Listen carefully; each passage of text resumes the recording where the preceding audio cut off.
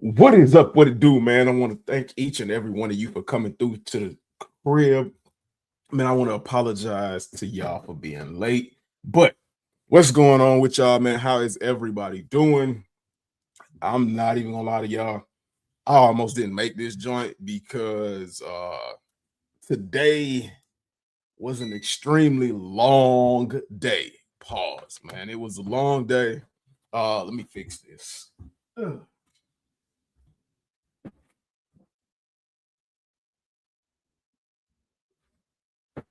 Get some light balance up in this joint. Get some light balance up in this thing. But it was an extremely long day, man.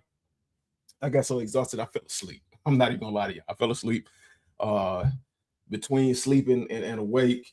And by the time I looked at the time, man, it was almost it was 7 o'clock basically. Uh I got so much going on right now. Off to the side, I'm trying to get this video ready, but the computer don't want to act right, man. The computer don't want to act right. Um, But man, what's going on with y'all, man? How's everybody doing? It's Tuesday, the start of the week.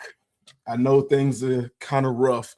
Um, for everybody that's in the Atlanta area, Nike Sneakers app has an event going on, and let me see what is the name of it.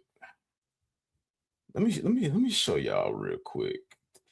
Because I want to know how many people are actually going. How many people are actually going to go to this thing? Because I'm thinking that I might go. You know what I'm saying? This looks like it might be a really good time. It's called Toma Atlanta. I think that's how you say it. But it's a sneaker event, like a pop-up in Atlanta for all of the things that are going on. I think there's soccer going on in the city. Man, forgive me for not knowing. Like I said, life is crazy. Life is crazy, got everything going on. You can't pay attention to everything, even though I try to. But they're gonna have like some releases going on. This looks like a GT Future. This looks like the Air Max 95 that recently released. I don't know what this one is. And we all know that's a Nike Calm slide. Now, which one that is? This could be like the what was one that recently just dropped? The Fragment Calm slides or whatever. This event is from 6 p.m. to 11 p.m. I believe is when they said it is. Let me explore. Let me see when this event is. Why before instead of just guessing. The best ballers from Atlanta, April 1st, 2026. So that's tomorrow, the Eastern. Oh, okay, okay. Yeah, 6:30 p.m. to 11 p.m. So if you in Atlanta, hey, it's gonna be some crazy drops I hear, and it's gonna be a good time. And you had to sign up for it. Now I signed up for it. I just don't know if I'm gonna actually go. It says know before what to know before you go, must have valid ID to consume alcohol. Well, I hope you would have an ID everywhere you go for alcohol. First come, first serve. Admittance not guaranteed. No large bags or backpacks. Food for purchase will be available with credit card payment only. Merchandise for purchase available with credit card payment only. No re-entry. So if you leave and you try to get back in, nah, that ain't happening. In consideration of attending the event, you hereby release from liability and agree to indemnify and hold harmless Nike. So I guess if you go out there have a good time and get beat up or something like that, you can't sue Nike. Or if you get run over by somebody doing something stupid, you can't sue Nike. You better hope that you don't pass out from whoever tried to run you the hell over and you sue them. And its affiliates from any losses associated with your attendance at the event. So, like if somebody robbed you or something like that, that's on YouTube, including but not limited to personal injury and or property loss or damage. There you go. By attending the event, you may be photographed and filmed by Nike or its affiliates. You hereby grant Nike the right to use such recording in connection with the event and any promotion thereof. Okay. What is Toma? Toma El Juego is a new, I hope I said that right. I hope I said that right. Is a new community-led and free to access street soccer platform designed to unleash the joy, freedom, and creative expression of the game, inviting street ballers all over the world to take the game and make it their own. Now, man, excuse me for being behind, but what event is going on in the city where they're going to have something like this? I might check it out because that sounds like a pretty good time. And anytime I see street events like that going on and stuff like that, I always miss the entire, I don't know. I miss like thinking that it's not gonna be good. And then I end up seeing photos from the events and people are like, oh, I had such a good time and blah blah blah blah blah. And I'm like, damn, dummy, you should have went. And seeing all like the crazy ass drops. I'm like, damn, you should have went and should have participated in that. So I guess I'll participate in it maybe tomorrow, depending on how things go. Man, shout out to my double cup red cup family, man. What y'all sipping on tonight, man? Tonight is just some juice, man, because I don't need nothing else that's gonna make me sleepy. We got an interesting topic for you all today. And of course, the topics always happen because I run into individuals that have the weirdest reactions within sneaker culture. It's about, should we start really putting age limits on sneaker culture? I'm talking about from a minor to a major age limit, because things are getting ridiculous. Like things have been going on in the sneaker culture for way too damn long to for us to be okay with. You know what I'm saying? Like at some point, this has to stop. This stuff has to stop. But we'll talk about that a little bit later. Let's see what you're talking about. KB Kicks, man. Salutes to KB Kicks. I appreciate you for being in the building early, man. I'm sorry. Again, I'm sorry for being late, y'all. But he said 530 to 550, still pretty high for a shoe. Not really tanking, just went down after pairs finally were in hand. So what KB Kicks is referring to is on the real. Excuse me, I got the hiccups, man. On the not on the real. What am I saying? See, I'm still tired, man. I'm still tired. Y'all forgive me. He said tanking is like almost retail or under, in my opinion. So he's talking about the thumbnail where I asked, well, no, I didn't ask anything, but he's talking about the thumbnail where I was speaking on the current resale market for the, I got to make sure I get this right, because these have been not necessarily a huge topic of conversation, but the conversation has grown over the last couple of days. And I got to get this right because there is a huge issue that everybody has with these, but it is the Virgil Abloh Archive Air Jordan 1 Alaskas. And let me show you all what I mean. Let me head over to Instagram and show you all what I mean. So let me go to my profile. And for anybody and everybody, first and foremost, if you want to support your guy, head over to the link down in the description.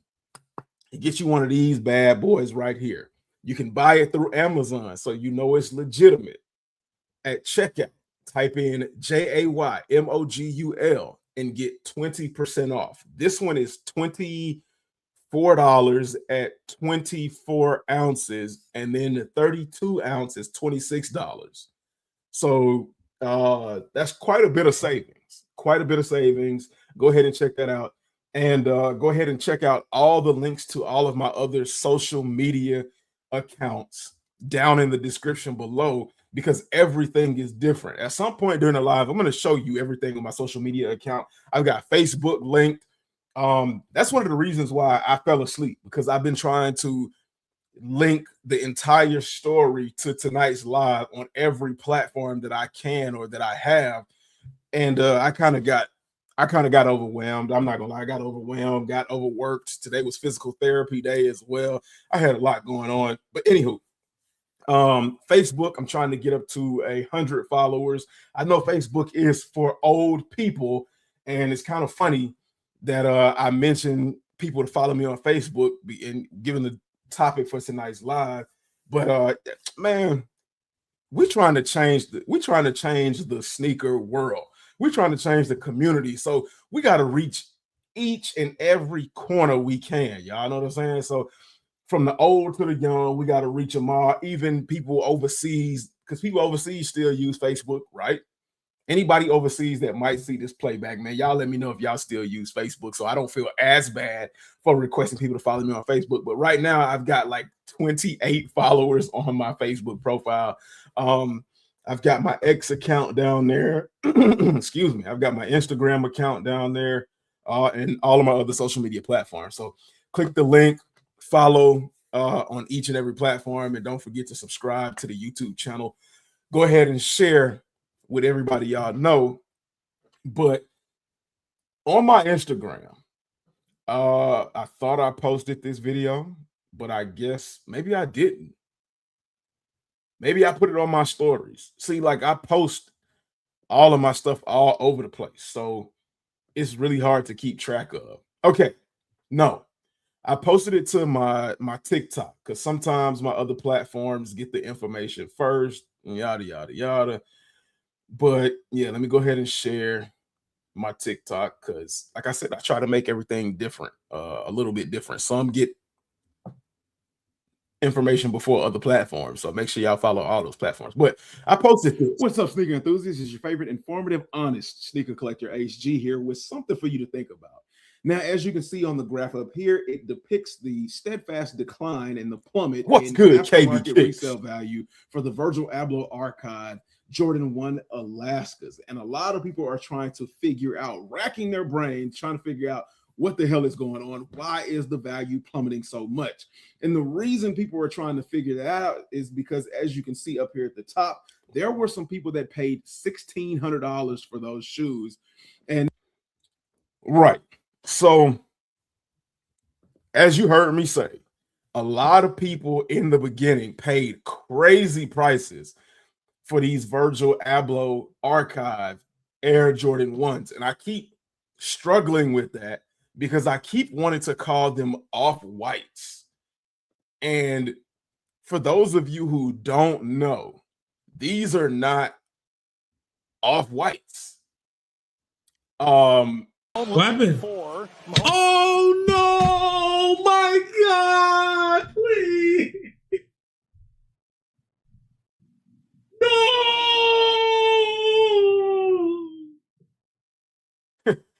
And a lot of people are having that kind of reaction to the fact that these are not off-whites. These are plain Jordans. Even the old heads are going crazy. And that's part of why I have the topic of conversation for tonight. Old heads are upset. A lot of people are upset because, if you all didn't know, and I didn't even know this until I did some more research and started deep diving, that back in 2022, Virgil Abloh's wife sold Off-White to Blue Star Alliance, a corporation called Blue Star Alliance. So Off-White is technically no longer, I'm guessing, part of Nike or whatever, is part of that selling off of the company. But the Virgil Abloh Archive is part of Nike, is what I'm guessing, because that's what his wife owns. So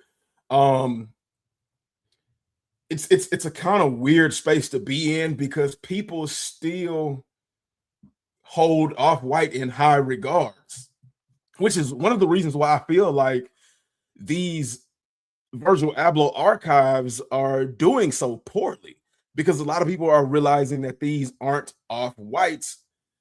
But the weird thing is Off-white is no longer a thing with Virgil Abloh, so shouldn't it be the other way around? Shouldn't these Virgil Abloh archives be hyped up for the simple fact that this is the new beginning for the Abloh family? And shouldn't Off-White be uh you know seen in lower regards, because it's no longer Virgil Abloh's thing, and Virgil Abloh was the one that carried the hype. So that's why you haven't seen anything good from Off-White, and I can say that myself. I haven't seen anything good with Off-White. I haven't seen anything new with Off-White. It's just a bunch of repeats, and we all know that Virgil Abloh more than likely would not have had it the same this far. Um, Off-White is just, I don't know. Off-White is another dead brand at this point, but it damn sure ain't Virgil Abloh. Um, and that kind of speaks to one of those kind of like stipulations that a lot of sneaker collectors or a lot of sneaker heads or hype beasts have, is like, we mess with the creator, or we like the product for the product. Okay, well, if you mess with the creator, then why don't you like these Virgil Abloh archives? Because the Virgil Abloh archives is all about the creator, not the Off-White portion anymore. The Off-White portion is not about the creator. It's about a separate brand. We don't even know if they even fool with streetwear. No digs at Blue Star Alliance, because I don't know anything about Blue Star Alliance, but how do we know that they are actually for the culture and are for the spirit of Virgil Abloh? Again, for those individuals who hold firm about we like the product for the product, if you like the product for the product, why is the value of this shoe tanking? Now that's another thing, if you ask me, and it is what it is. I'm just one man, and it's one man and his opinion. But the Alaska Virgil Abloh archive, and that's so hard to keep up with, man. Virgil Abloh Alaska, what, Jordan ones? They're okay. They're okay. And KB Kick said, "Yo, what's good? Just got here at work, man. Salutes to you, KB. Hope everything is going good at work, man. Hope everything is going good at work." But if you ask me, the Virgil Abloh archive Air Jordan ones are okay. Now I've seen, let me see if I can find a better picture of it. Oh, and it's not as if y'all haven't seen them a million times, but for those of you who need a look at them, because I always need another go at it, another peek at it before I start talking about something to kind of visualize, to keep along with the individual yapping about it, i.e. me. Let's see if we got more pictures of it. Okay. So let me see.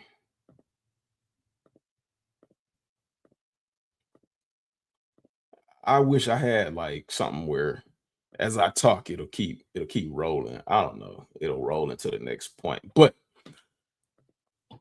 for me, the Virgil Abloh archive, it's a nice shoe, but is it really $1,000 shoe?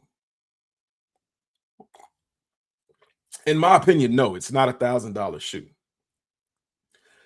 It should never get to $1,000. Now, again, like I said, that's just one man's opinion. That's just my opinion. Do you all think this shoe, this Virgil Abloh archive Air Jordan 1, is worth $1,000? And if it's not worth $1,000, where would you value this shoe at? Because what the retail price is $230, and then once you put in tax and stuff like that, it's $250. Is that too much for this shoe as well? You all let me know, chat. Y'all let me know down in the comments as well.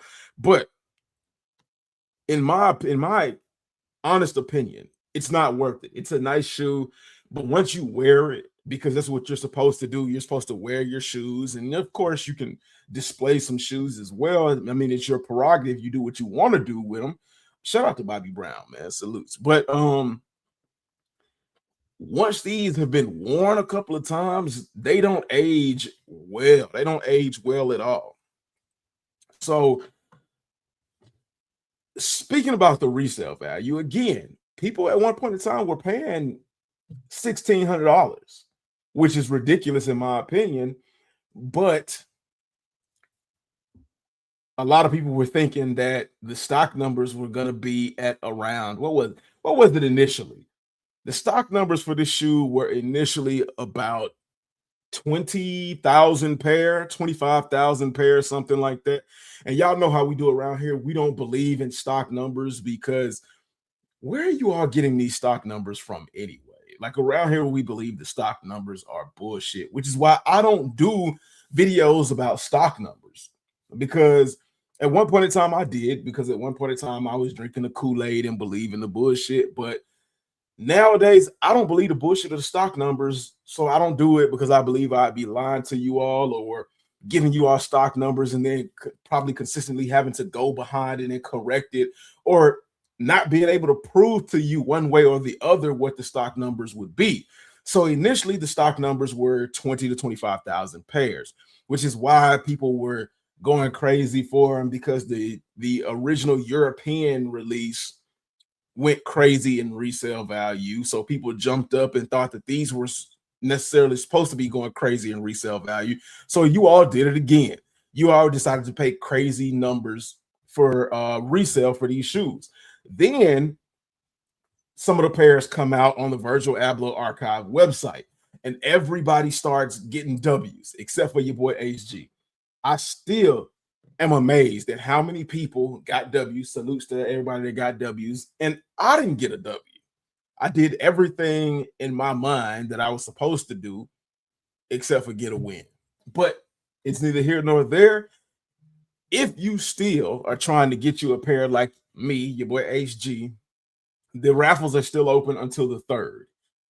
That is when? Friday, I believe, or yeah, Friday. The raffles are still open until Friday. I believe like the 3rd is no, that's Saturday, because I believe Saturday is the worldwide release for the Virgil Abloh Archive Jordan 1s on the Nike Sneakers app in Europe as well. So I think that'll be the last time that these drop, and that'll be your last shot before actually going to the resale market. Shout out to my boy Vlogging with Demetrius, man. He's calling. Sorry, bro, man. I'm on live. I can't answer right now, but if you happen to slide over to YouTube and see me, I'm right here. And if not, once I get off of here, I'll give you a call back. But yeah, shout out to my boy Vlogging with Demetrius. He's got a YouTube channel as well. Go ahead and show him some love over there. He hasn't done a video in a while, but maybe if you all put pressure on him, he'll come back and do a video. You know, he drive trucks, but yeah. So he's pretty busy, but when he was dropping videos, man, he was dropping some pretty good videos. He's trying to get to 1K subscribers. I think he's about 100 subscribers away. So raid his channel and put on one of his older videos, hey, man, we need you back. HG sent me. So, man, y'all show him some love. Shout out to Girly Glam Accessories. What's going on, sis? She said, hey, bro. She said, LOL. Sorry, bro. I see you. But yeah, then after the Virgil Abloh Archive website dropped these, and a lot of you all did not know that the Virgil Abloh Archive website is Virgil Abloh's legacy, no longer Off-White. Off-White is dead. So I'm gonna put that out here and right now. Off-White is dead. Virgil Abloh has nothing to do with Off-White. So while you all are still paying high ass prices for Virgil, I mean for Off-White, you can stop. You can stop paying high prices for Off-White because Virgil no longer owns that. The only reason people were paying high prices was because of Virgil, not because of the brand. He's no longer associated with it. It's sold, it's over, hands wiped clean. It's now Virgil Abloh Archives. Now, you know, I just told him you were live. No, you're okay. You're okay. But yeah, that was one of the reasons why I think the resale price was so high. But after Virgil Abloh Archive released the pairs, the resale price kind of went down. The resale price went down to around $800. And then once pairs came in, they dropped again to around $600, given the fact that a lot of other places still have pairs to be released. Now, we're not counting the tier 0 places because we already know those were backdoor weeks ago. We already know that they only have maybe 5 to 10 pairs left to release. And when you enter the raffles for the tier 0 stores, you better off going to the gas station and scratching off 500 lottery tickets, spending $500, and you come off a better winner in that situation.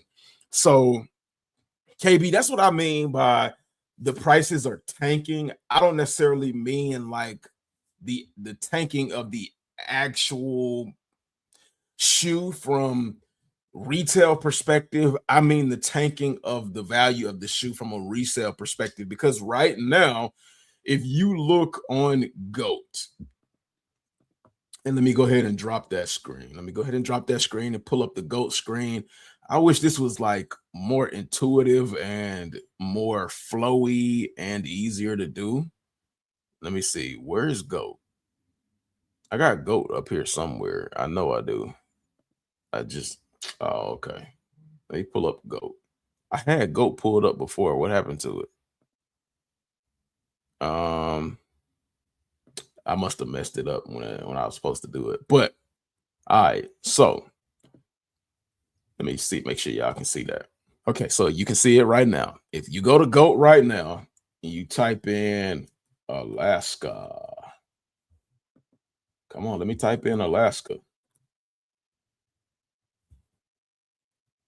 Right now, and I like to use GOAT because GOAT is usually the highest prices on the sneaker resale market. So for that reason, I always go with GOAT.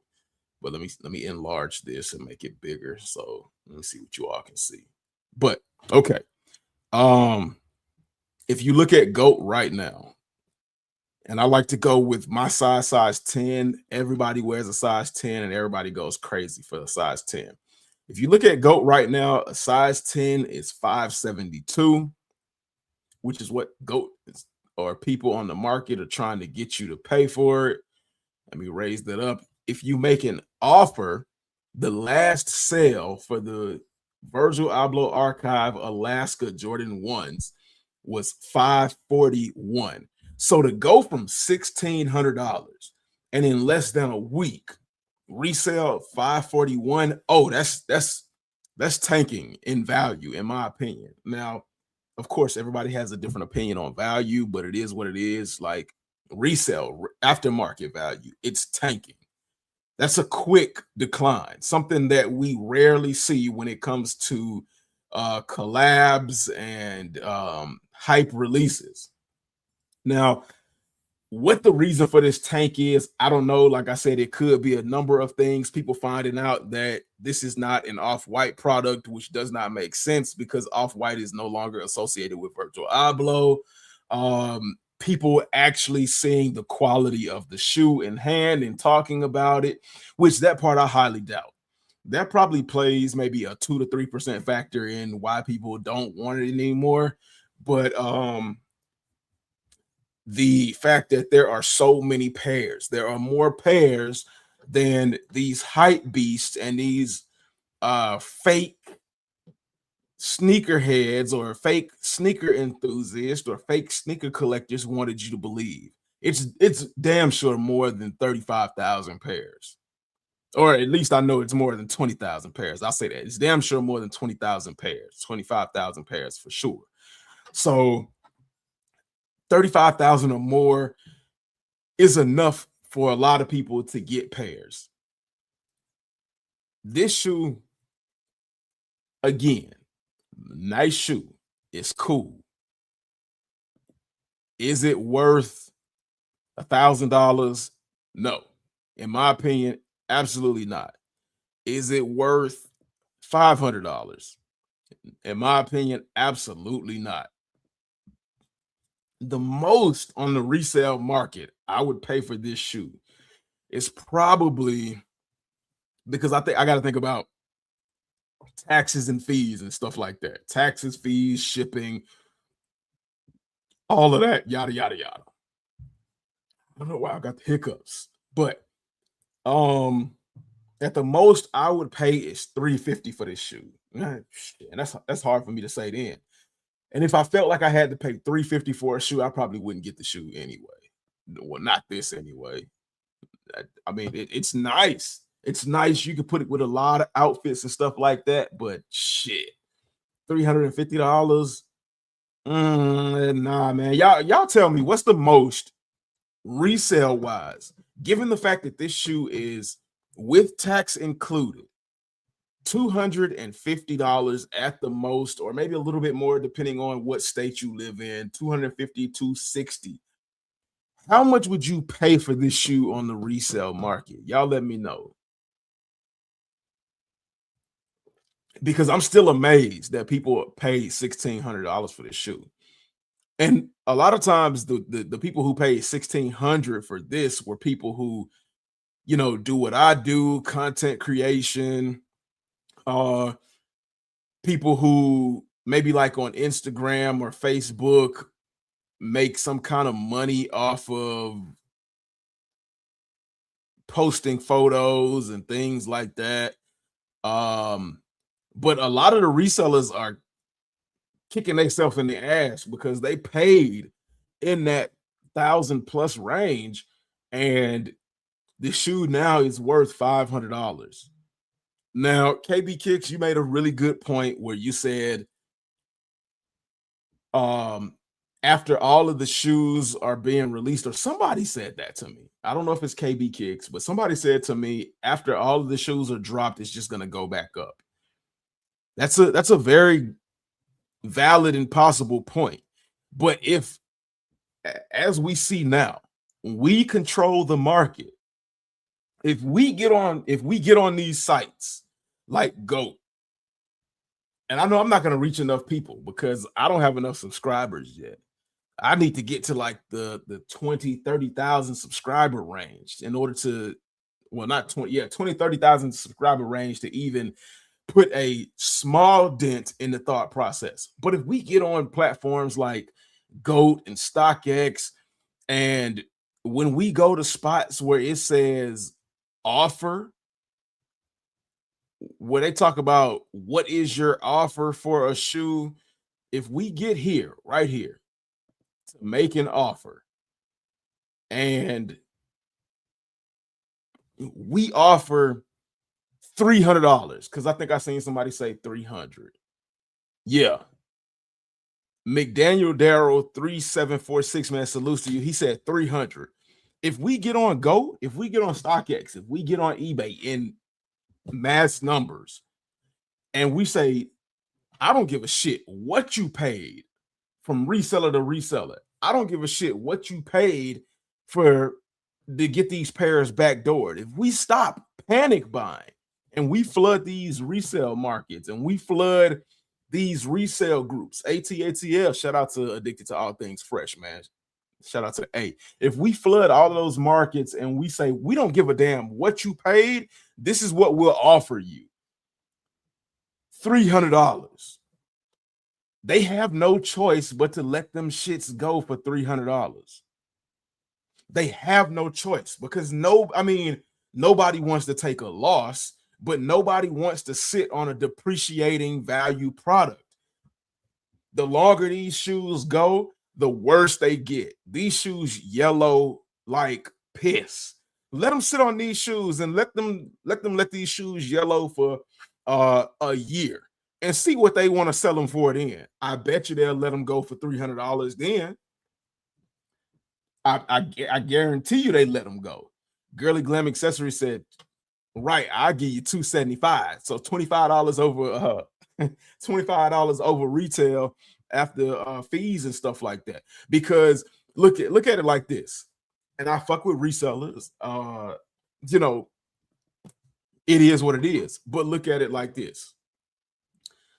Your problems is not our problems. I don't give a shit what you paid to get these shoes backdoored to you. As a matter of fact, if we look at it that way, it pisses us off that the shoes were backdoored to you. Not the fact that you got the shoes, but the fact that they were backdoored to you, decreasing the opportunity for the general populace or individuals that actually wanted to get it.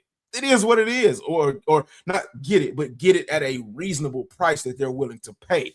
That's the part that pisses people off, not the reseller, but the price. So it is what it is. But if we just say no to the bullshit and we say keep your shit, I don't give a damn if they fall apart. I'm not finna pay you a quarter of my mortgage or a tenth of, I'm not going to pay you a tenth of my mortgage, or I'm not going to give you 3 bills or 3 utility bills, or I'm not going to give you some of my car note or my insurance for a fucking pair of shoes. They ain't got no choice. They have no choice. And this is proof right here.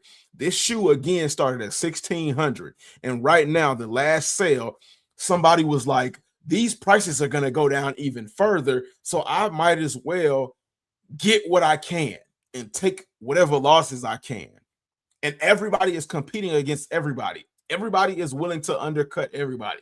People that got the shoe for retail are damn sure willing to undercut people who got the shoe backdoored or resellers selling to resellers. We control the damn market. Stop with the bullshit. The economic climate is too damn crazy. Groceries and a roof over your head and utilities are way more important than this damn shoe paying $1,000. And I say this with all of these shoes that I have that have some value in excess on the secondary market of $1,000, $2,000. I don't care if the value plummeted on the shoes that I have right now, because I did not buy these shoes to resell. Resale is just a byproduct of everybody fiending for the shoe. If the shoes plummeted that I have to retail value, and if I wear them and I get less than retail for them, if I decided to get rid of them, that's fine with me. At least I got something. Something is better than nothing. But at the end of the day, whether I get something or not, I don't care either, because I bought the shoes because I like the shoes, not because I went in it with the intention of reselling them. Yeah. That's an age-old discussion that we could talk about forever in a day. JVL said, we in the building. My G salutes to JVL. JVL, let me ask you, if you did not hear this, for the Virgil Abloh Off-White Alaska, there I go. I fucked up and said it. These are not Off-Whites. For the Virgil Abloh Archive, because Off-White is not attached to Virgil Abloh anymore, but for the Off-White Alaska's Virgil Abloh Archives, how much would you be willing to pay in resale for these right here? Now, JV, I know you got deep pockets. I know you got that monies. So don't go too crazy. But because I know you're willing to pay to play. But if you had to be honest with yourself and you look at the shoe and, if you could control how much you had to pay for it, how much would you pay for this shoe? The problem is buyers' lack of patience. Facts. Nobody has patience, and everybody has FOMO, fear of missing out. At this point in life, when it comes to shoes, I've got so many pair of shoes. I've got patience. I don't care if I get it or not. Now, in the moment, because I know I did a reel. It was a little bit of satire and there was a little bit of truth. I know I did a reel about me being a little hurt that I didn't get these. But at the end of the day, if I don't get them, I don't get them. Now, the only reason why I was hurt, and I'll be honest, the only reason why I was hurt is because everybody got them. And if everybody got them, I figured I'd be able to get them. And that just wasn't the case. And it was more so hurt out of confusion and not hurt because I couldn't get the damn shoe. But if I don't get it, man, I would love to get the shoe. I would love to get the shoe. I would love to wear it. I would love to take photos of it. I would like to do on foot pictures of it. I would like to flex in them and put them with outfits, go on vacation with them joints on because it's a white shoe. You can do a lot with a white shoe. And the design elements are cool because I have the UNC blue. So it's like Pokemon, gotta catch them all. I'm damn sure not finna pay that high price for the Chicago's. It is what it is. And at this point, the Chicago's have been out for so long that if you do pay resale for a pair of Chicago's, 9 times out of 10, you're gonna get you a fake and ain't nobody gonna know the difference. But I'm not paying 10 bands for no fake. So the Chicago's might as well come down in price too at this point. You might as well let them go. As a matter of fact, let me see how much these off-white Chicago's is while I'm up here talking shit. Off-white Chicago. Let me see, which one is it? And as a matter of fact, because Off-White is no longer Virgil Abloh, y'all might as well come down in the resale price. Which one was this one? Oh, that's the sample. Nah, we ain't doing no sample. A little side quest here. Is this not? Let's see. See, if you look at the app, that's the sample. Come on, man. When you look at the app, they tell you, okay, this is a better. Oh, they don't went down. They don't went down. And then, of course, the sample canary yellow pair. I got the UNC. Oh, the UNCs don't went down too. What they had in size 10. Oh no, they didn't went down. They didn't go down. I played myself. Size 10, it's $15,599. The last sale was $1,500. Y'all still paying $1,500 for these joints. Whew. Bless y'all, as we say in the South, man. Bless your heart. So in a size 10, let me see. A size 10, $3,958. And see, this is how you know that these sites try to control the market so bad, where with the Alaskas, you could make an offer.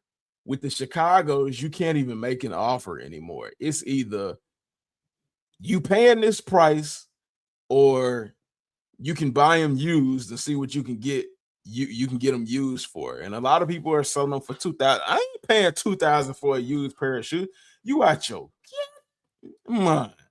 I don't like used shoes. That's a personal preference of mine.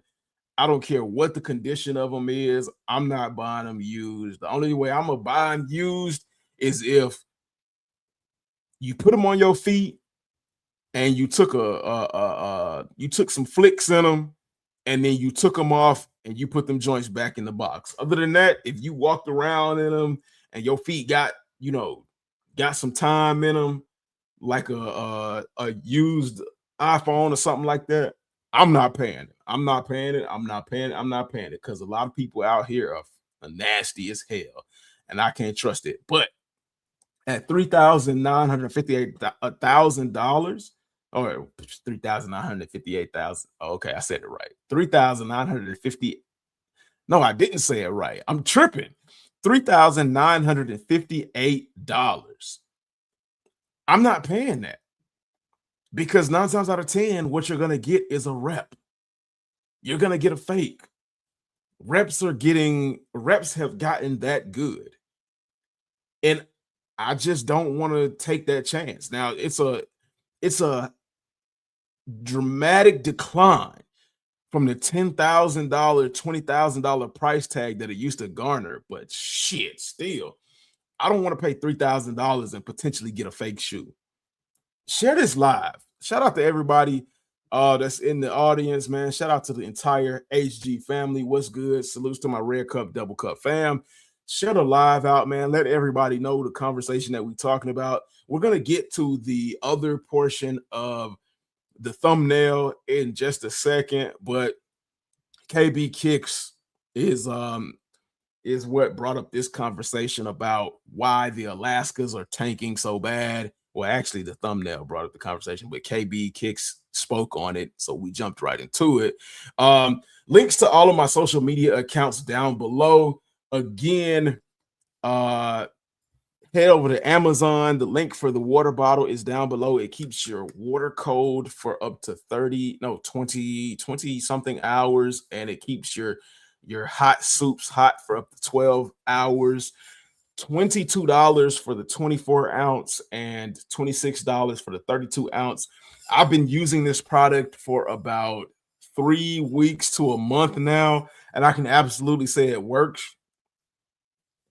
It comes with a cleaning straw, a drinking spout. You press the button right here, pop the top. You can chug it like a protein shake. Close that, spill proof. Look at that. Ain't nothing coming out. And then you can flip this, and it's got a nice carry handle. The 24 ounce is small enough to fit in a shoulder bag easily and give you more room. Head over to the link in my description below. Amazon save you 20% if you type in the discount code JMogul. You save some money. They give me a little bit of something. They give you a little bit of kickback. It helps your boy. It helps support me going back into the channel. Everything I get goes right back into the channel, not shoes. So I'm not benefiting from it that way, but I put it towards the tech. But yes, KB Kicks push forward this conversation about that. But yeah, reps are so doggone good, bro. I'm not finna pay $3,000 for a shoe and I could potentially get a rep. What would I be comfortable? And that's a good question. That is a really good question. So Jayville said for the Alaskas, at the most, he would pay 300 to 320, my guy. And I took 3 big L's, my G. So yeah, we kind of in the same ballpark. I said 350, but I feel like I'd be pushing it. And I don't even think I would pay 350 for the Alaskas. I would more likely be comfortable with paying, even once you factor in taxes, fees, shipping, resale, I would be more comfortable paying $320 for these shoes. For some odd reason, 350 just seems like a nasty number for me. And shout out to the people that can and are willing to do it. I can pay the 350, but am I willing to do it? Fuck no. No, absolutely not. But for the Chicago Jordan 1s, what number would you all be comfortable paying, knowing that this shoe is what, almost 10 years old? The release was almost 10 years ago for the Chicago Off-White Air Jordan 1s. And let's be honest, we all have that hunger, that thirst, that fiend for the Chicago Jordan 1 Off-Whites. 2017 is when the Chicago Jordan 1 Off-Whites released, and the world went crazy. Next year in 2027, oh, and as a reminder, check your driver's license to see when your driver's license expires. Mine expires this year. I went ahead and got my new driver's license. You don't want to forget about, because I think my driver's licenses are good for up to 8 years. So that's why I almost forgot that it was going to expire. You don't want to be out there on that road driving and the police pull you over and put you in them cuffs for a suspended license, because a lot of times you won't know until after your license is suspended that it is suspended. But 2017, next year, will be 10 years that this shoe released. 10 years is a long ass time for rep manufacturers to get shit right. And as you can see, in 2026, these rep manufacturers are pretty damn close. So if you wanted to shoot that bad, and I don't think I want to shoot this bad. I know I don't want to shoot this bad, but I still would like to get this shoe, an opportunity to get this shoe. But how much would you pay for a 10-year-old shoe? And we got to think about all the other factors, the condition, what it may look like, what may happen if you put it on. We've got to talk about you got to think about the negatives that come with the off-white Jordan 1 Chicago's, because the materials rip instantly, all that kind of stuff. 10-year-old shoe. How much would you be willing to pay, knowing that there is a high probability that if you pay for it brand new, that you could get a fake shoe? So I guess the question would be, how much would you be willing to pay for? Come on now, work with me. You was just working with me real good earlier. How much would you be willing to pay for? I guess the question is, how much would you be willing to pay for a rep? The current market for a brand new Chicago off-white Air Jordan 1 is $3,958. Knowing how good reps are, would you be willing to gamble $4,000 on the possibility of a rep? This is why crazy stupid resale for shoes is stupid. It's a dangerous game. D Sneaks said, good evening, man. Salutes, D Sneaks. What's going on, fam? What is going on? Jville said, what the hell did I do? Man, I done told some shit up. Okay, there we go. Jville said, and it's the resellers trying to come back. What I mean is, reseller was there for a minute. They got stuck with sneakers, and you're right. They not even off whites. Yeah. The Virgil Abloh archive Air Jordan 1 Alaskas are not off whites. As a matter of fact, if we look at it the way that we look at sneaker culture as a whole, we shouldn't even care at the fact that it's not off whites, because Virgil Abloh doesn't own off whites. Like, off white should be dead to the sneaker community, to the streetwear community at this point. It should be dead. It should nail in the coffin, dunzo. Virgil Abloh archive, if they come out with some clothing, we should hype up the Virgil Abloh archive the way we hyped up Off-White.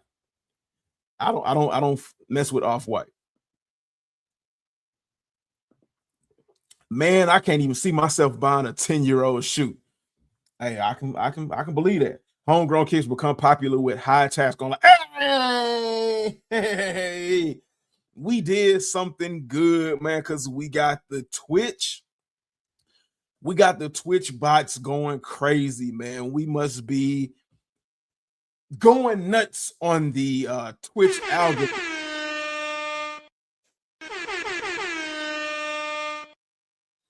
Salutes to the Twitch bots, the Twitch algorithm. We need to be going crazy on all platforms. Go ahead and follow me over on Facebook.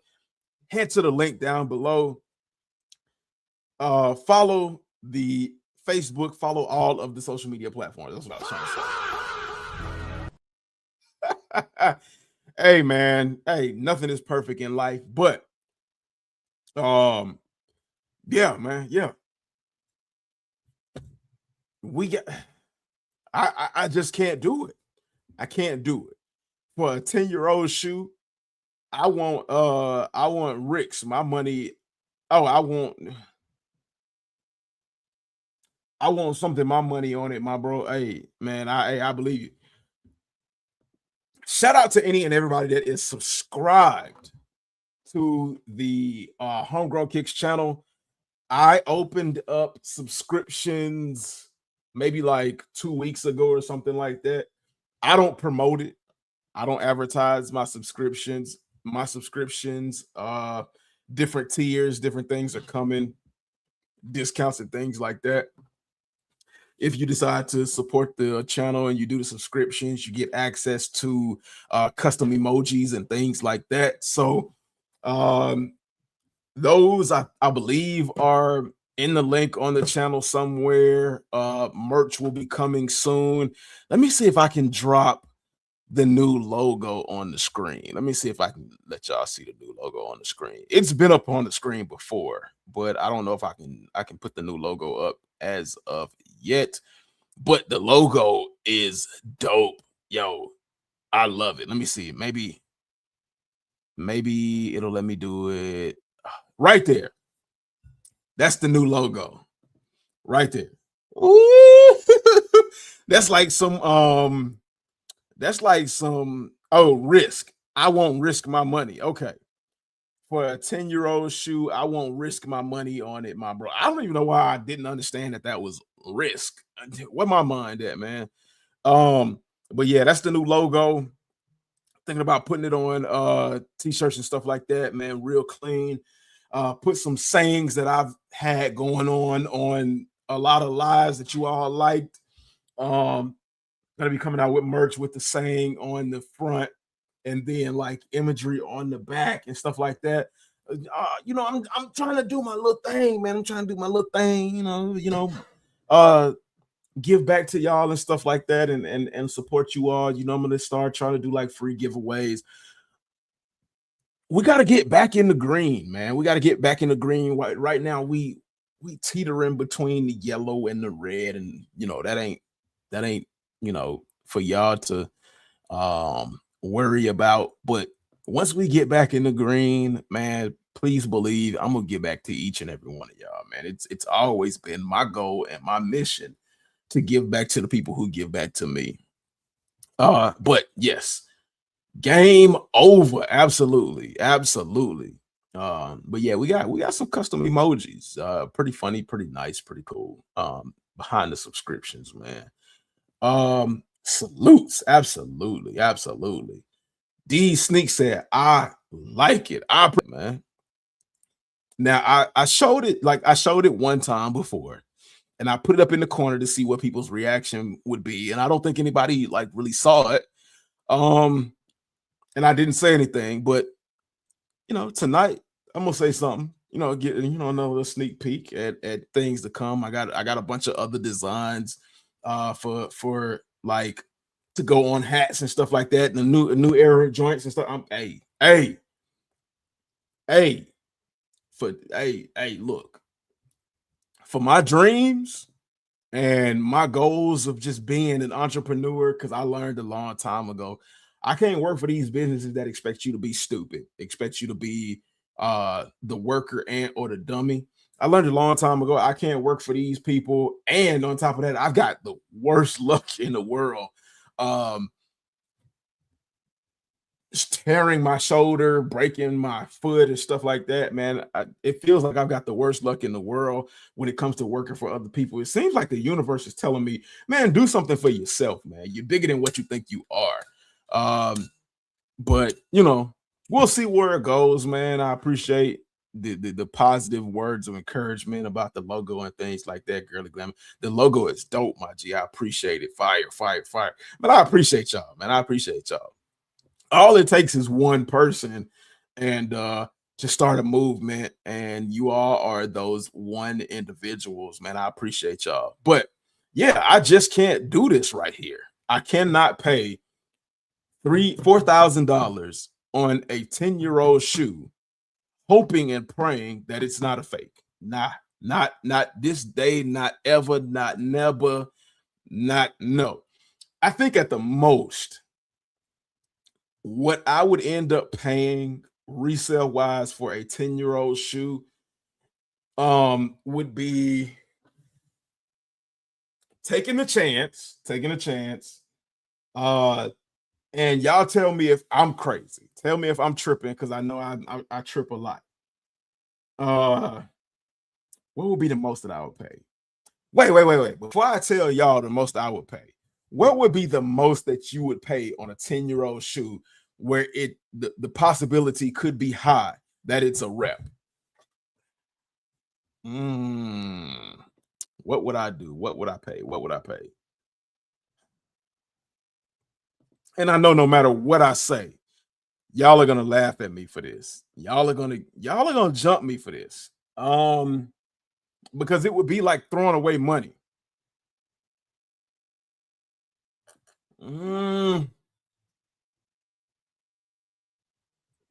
What?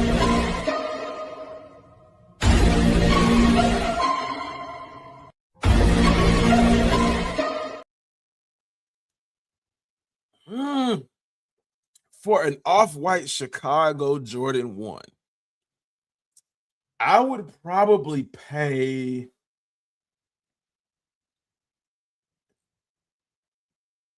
$280. Ain't no fucking way, boy. Boy, ain't no way, boy. Boy, ain't no way, boy. Boy, ain't no way, boy. I would probably pay, and it hurts me to say that because y'all know me. Y'all know how I am. I would probably pay $280. I would probably be willing to, and that sounds so freaking stupid. I would probably be willing to throw away $280 at the chance of having a real pair of off-white Chicago Jordan 1s. I know. Just to say you throw away $280 in today's economy, that sounds so fucking stupid. That sounds stupid. Bullshit. Bullshit. Bullshit. Bullshit. Bullshit. I can't believe I said that. I can't believe I said in today's climate, I would be willing to throw away $280 at a chance to get some real Chicago off-white Jordan 1s, man. Man, I don't care if Michael Jordan bought me the shoe himself and told me it was real. If the shoe didn't initially cost $10,000, it's a no. And JVL up there, with the laughing nervously emoji, man. Like that's a real question. Like at this point, 10 years into its lifespan, what would you be willing to pay knowing that there's a high probable chance? Like, and when I say high, I'm talking about over 50%. I would damn near say there's a 70% chance that you could get a fake. Oh my gosh, that's a tough question. That is a tough question for sure. Absolutely, for sure. That's a tough question. Whew, man. What a hobby will have you do. Oh my gosh. Oh my goodness. My goodness. And then of course you have the off-white Jordan 5s and stuff like that. I got my pair.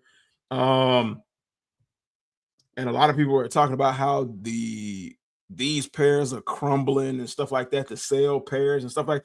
I don't know, man. I don't know what is the resale price for these right here. Okay, I go with my size because I wear $1,000. Hey yo, $1,000 for these joints. Now my pair aren't crumbling. I don't know what people are doing to their shoes or how people are storing their shoes to where they're crumbling, because I'm physically seeing these shoes crumble, especially the cream pair. And hold on, let me see if I can get y'all to show y'all the cream pair. Hold on, let me see. Let me make a phone call.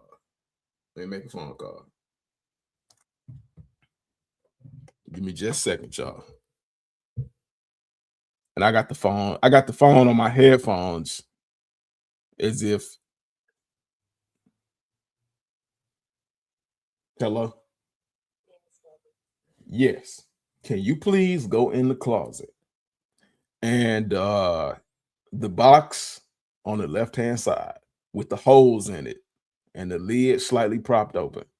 Can you grab those for me and bring those downstairs, please?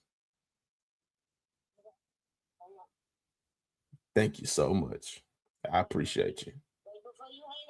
Okay. Yeah. I know it's a lot of shit on the floor right now. It's on the left-hand side. It's got the Jordan logo on the top with the holes in it. Okay, you'll bring. Yeah, I know. It's the one that's propped open. It's not the one that's closed. Because the other one, I mean, I don't need it. If I show one, I ain't got to show the other one. But like, because they'll get the point. All right. Thank you so much. Love you. All right. That's hey y'all. One thing I'm gonna tell you, outside of sneakers, make sure you got your priorities in order. Get you somebody that's gonna be supportive. Don't be laughing at me. JVL said, I'm gonna keep it 1,000 with y'all. The most I would pay is 400 hundo. Absolutely. I had a fit for these, and I think I put the fit. Hold on, you gotta put it out there because my arm bad. Thank you. Hey, I got the baby arm right now. I can't, I appreciate you. Thank you. Love you. Did you eat yet? Did you eat? Why are you telling me to kiss your butt? Did you eat? Okay. Leave everything out because I ain't ate yet. I'm gonna eat when I get off live. When I woke up from my half, one eye open, one eye closed, like kind of nap, I had to come straight to the live.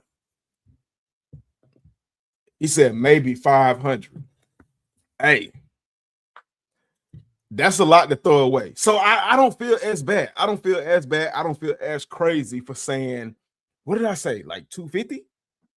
250, 260, something like that. I don't feel bad. Yay. Yay, we'll see my sis. Not quite, because she ain't want to be on camera, but JV up there laughing. Nah. I ain't finna do no kissy face. I ain't finna do no kissy face. Nah. But yeah, like, so if you look online, a lot of people saying their pairs are crumbling. These are my sale off-whites, because let me see.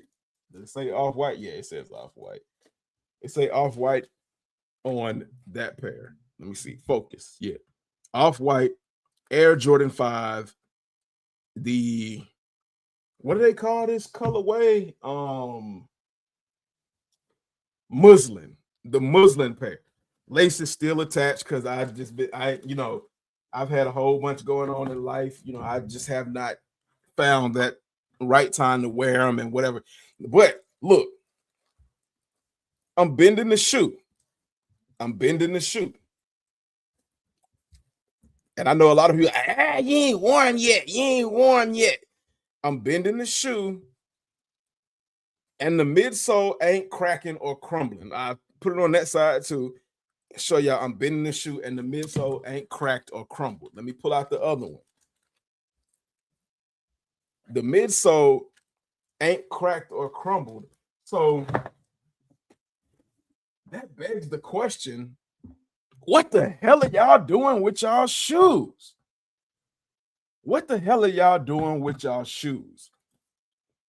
Because I definitely, because I've been saying for, it feels like forever and a day, I've been saying that I'm going to drop a how to store your sneaker video.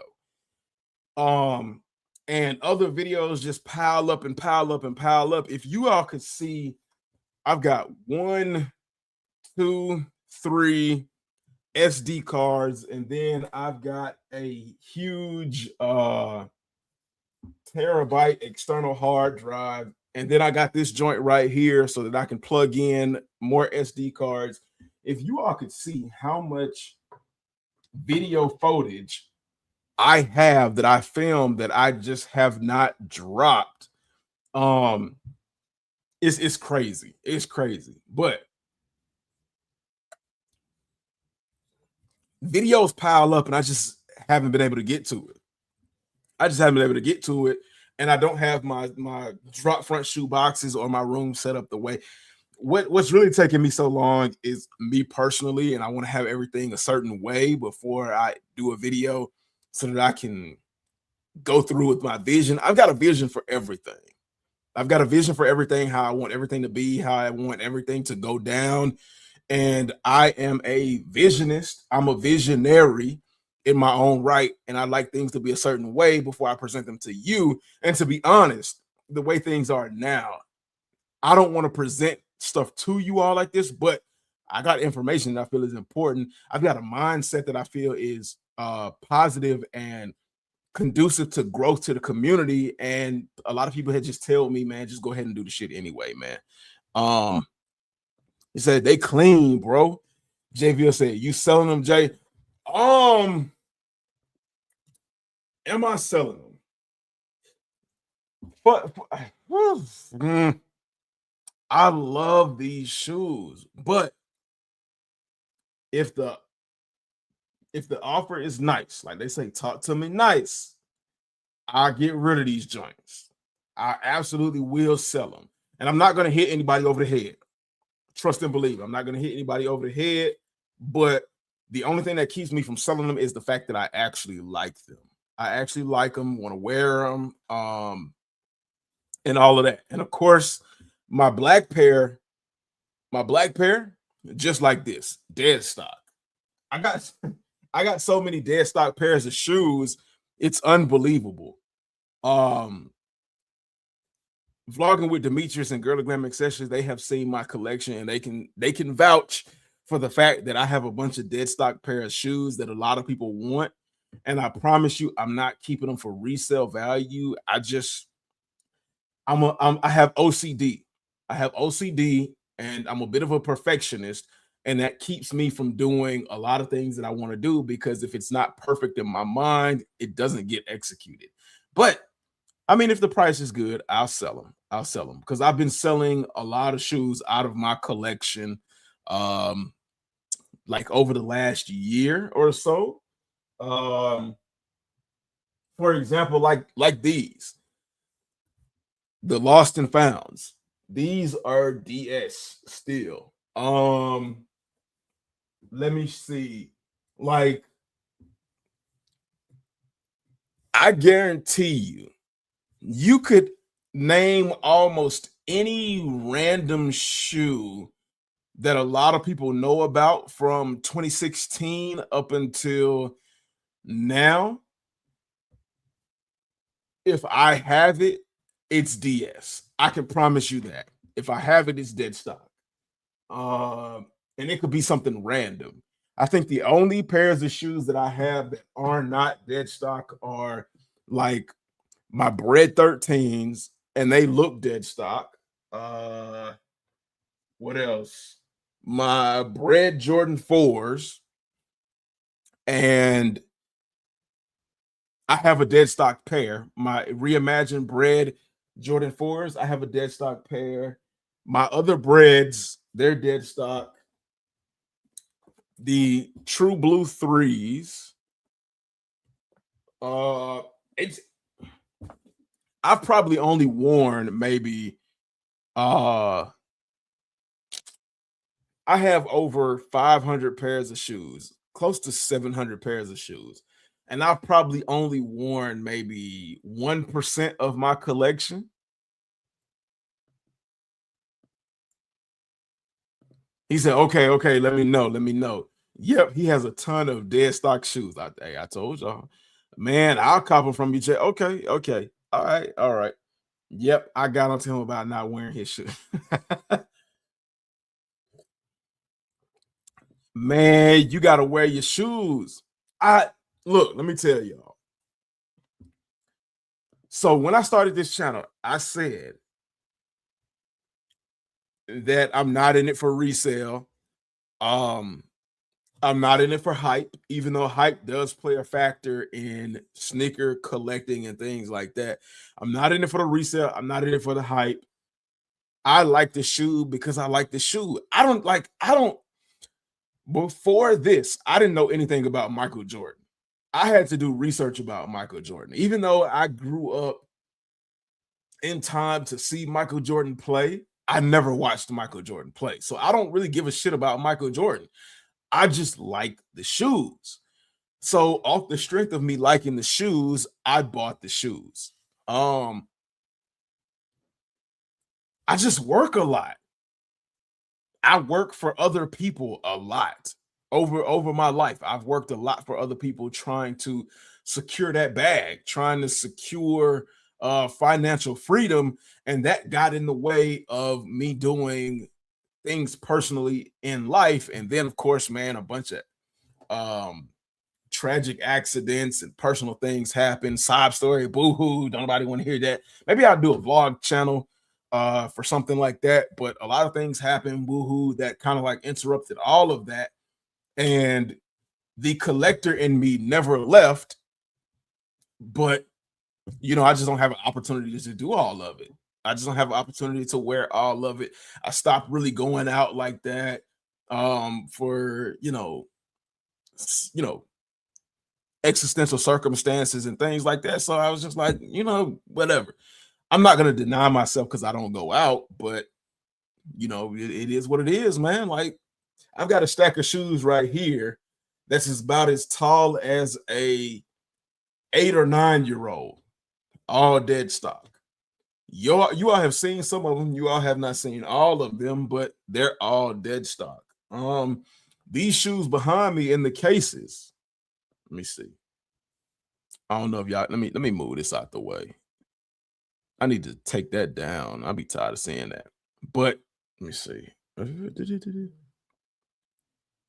Shoes in the cases, dead stock, right there. I've been wanting these shoes for so long. I've showed you all. Those are the Jordan 4s. I mean, not Jordan 4s, but bread Jordan 1s. I've been wanting a pair of breads so long. Let me move this out the way. I've been wanting a pair of breads for so long. It doesn't make sense for me to keep them dead stock. And the camera started focusing on the mic. Let me move. It doesn't make sense for me to keep those dead stock. These right here, wrong remote. I don't care how many people do or don't like these. I don't care. And that goes to show what kind of that I'm an actual sneaker enthusiast. I don't care what people do or don't like these. This is a childhood shoe for me, although it's not the low that I really want. It's still the Laney 14s. I love this shoe. Dead stock. I just hadn't had the time. But getting off of that, getting back to the program, it's just a thing of time and opportunity. Been wanting these, the neon 95s. Haven't worn these yet. I haven't gone out to wear them, but it is what it is, man. I'm starting to try to put on dead stock shoes, trying to get through them and stuff like that. I recently wore my alma mater Jordan 12s, and a lot of people might say, well, it's a Jordan 12. Nobody gives a shit about that. Well, I do, because I like them. But anywho, moving on, getting back into the program. So, old heads in the sneaker community, is it time for them to go? That's probably the major thing that brought you all to the live. The major thing that brought you all to the live, because it's a controversial topic, and this topic has been discussed for feels like forever and a day. There are a number of subjects within the sneaker community that have been around for forever and a day that always resurface. One being resell, the next one being reps. And at the tail end of that conversation is ageism. Is there a point where you're too young to be a sneaker collector, and are you too old to be a sneaker collector? For a long time, being in this culture, in this community, I didn't care one way or the other. And I said, no, there isn't. We need to welcome all newcomers because new people bring change. And then we need to accept all the older people because older people bring history. But there's a downside to that. Where new people bring change, they bring bullshit. They bring the wrong ideas. And that's with anything. That's to be expected. You're young and dumb, as they say. Young, dumb, and full of, and you all can finish that statement if you want to. But so yeah, you're gonna get a lot to deal with when it comes to new people into the culture and having to repeat yourself and go through things and topics that you've gone through 1,000 times before. That's to be expected. That's an understood. With older people, you're gonna deal with the bullshit of gatekeeping and a mentality that doesn't necessarily bring inclusivity, doesn't necessarily bring the mindset of we want you here. And that's the part that does not make sense to me. Because if you start to exclude or cut people off and only stick with the people who know what they who know something about whatever it is you're talking about, and whatever it is, if you only want to stick with those group of individuals, eventually, as those group of individuals at that early cutoff stage start to get older, your hobby starts to die. Your hobby starts to die out, which is why the sneaker community is having a more rapid than it should level of deterioration or death. Whether you want to admit it or not, sneaker culture is dying as far as when you include it into fashion, because nobody is caring about shoes the way they used to. Now it's more so about the clothes, the tops, the bottoms, the hats, the accessories, the whether it be the watches or the neck piece and things like that. And then at the bottom of the list, it's the type of shoes you put with it. I remember a long time ago, my grandfather taught me, and shout out to my grandpa, shout out to you, shout out to Grandpa Sonny. But I remember a long time ago, my grandfather taught me that no matter what you put on, make sure you have a good pair of shoes. A lot of people, when it comes to from a male perspective, a lot of women did not look at your fit first. They looked at your shoes. And if you had a clean pair of shoes, they knew you took care of yourself. And then they would go up to the fit and see how you took care of yourself. And then once they looked at your shoes and they looked at your fit, and then they looked at the whole thing. And if the whole thing was presentable, oh, you in there. You in there. But because of gatekeeping and all of these damn old heads trying to force the younger newcomers into a certain box, a lot of newcomers, a lot of girl, Glam says rum. Who got some rum? JV said, I love the Laney 14s. Because the old heads are still gatekeeping and making it difficult for the younger people and newcomers to feel comfortable.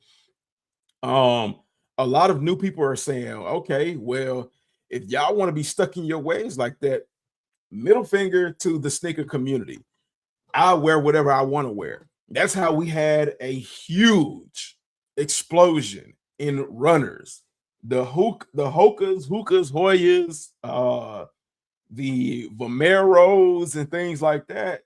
Not and it's not just because Jordans are limited and resellers buy up all the pairs and sell them for crazy prices. It's not just that. It's because of old sneaker collectors. And I don't even want to call them enthusiasts anymore because they have forgotten what it is to be a sneaker enthusiast. They've gotten to the point where it's either you think the way I think or you don't think at all and you can get the hell on.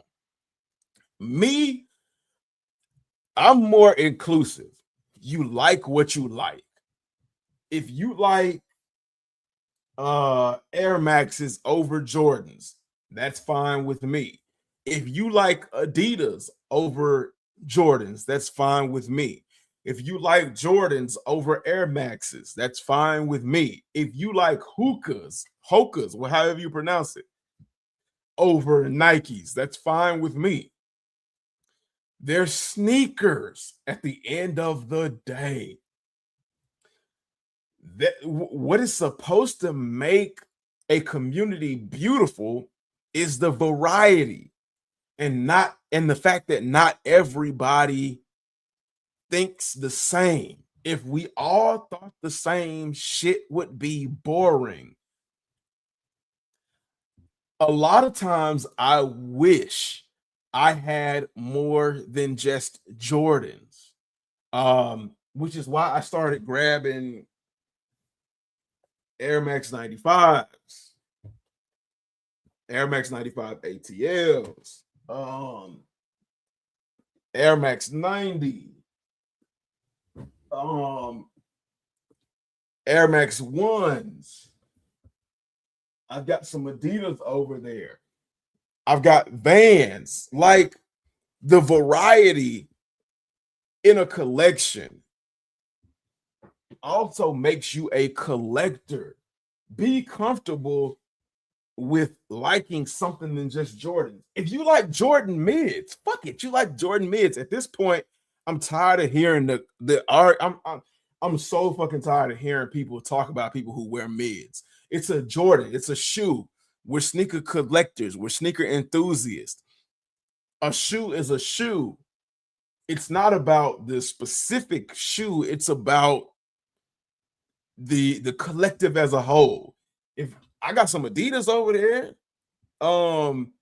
we need to stop just solely making Jordans the point of viewership and the point of hype and shit like that. It's more to life than just Jordans and Nikes and shit like that. But I wish I had as many other shoes as I have Jordans or Nikes, or maybe even more, because there's so much more out there. And the fact that the world just focuses on Jordans and Nikes, you're pigeonholing yourself. You're actually holding yourself back from great opportunities. He said, are they dropping right now? Cigar Patel 5839. What dropping right now?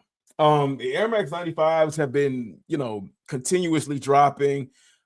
We've got as a matter of fact, we'll talk about what's dropping this weekend and what's dropping at different events later on.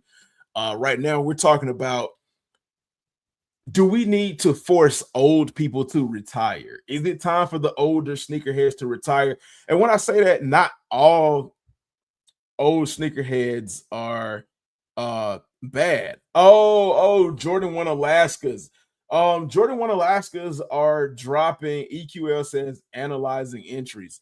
Jordan 1 Alaskas, the final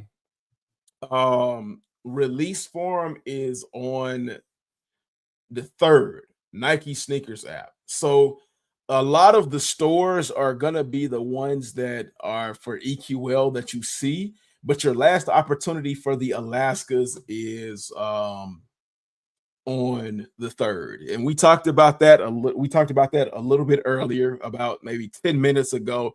So if you can try to catch the playback on that. With the Alaskas, we talked about the fact that they are quickly plummeting in resale value. So do not panic.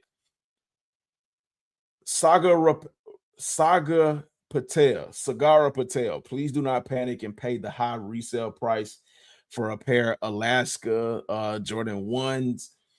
We control the market. If we go to GOAT and StockX and stuff like that, and we tell them we're not paying $500 and something, that we'll, if we start offering in large numbers, $300, they ain't got no choice but to give it to us for $300 or sit on them and let them yellow and really get less than that. So yeah, I agree. These OG sneakerheads need to stop trying to force these new generations to like what they like and claiming they're not sneakerheads because they don't rock what they think they should be wearing. Bro, that's saying a lot. And I know a lot of old sneakerheads right now are kind of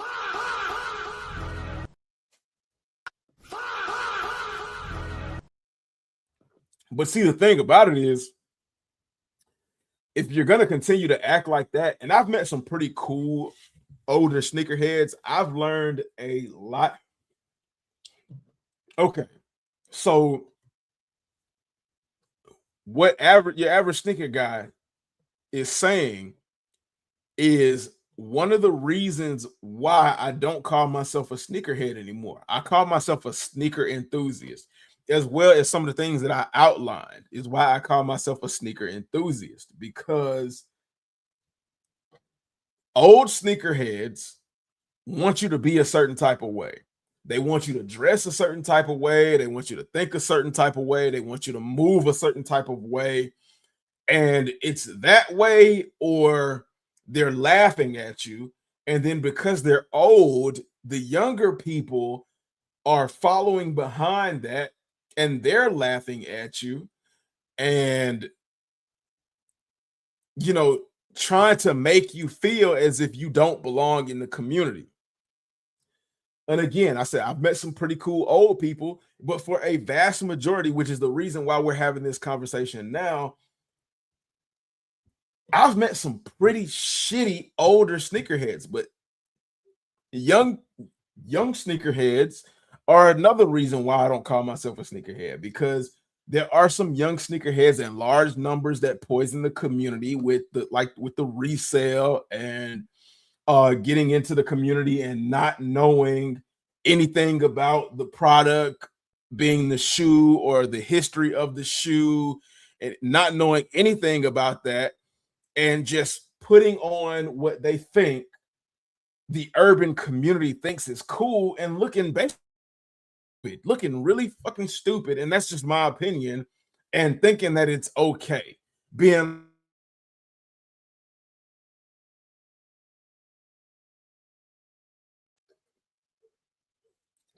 And we had a temporary lag right there. Sorry for that. But they'll, like, the young people, they're throwing on stuff like Off-White, Rick Owens,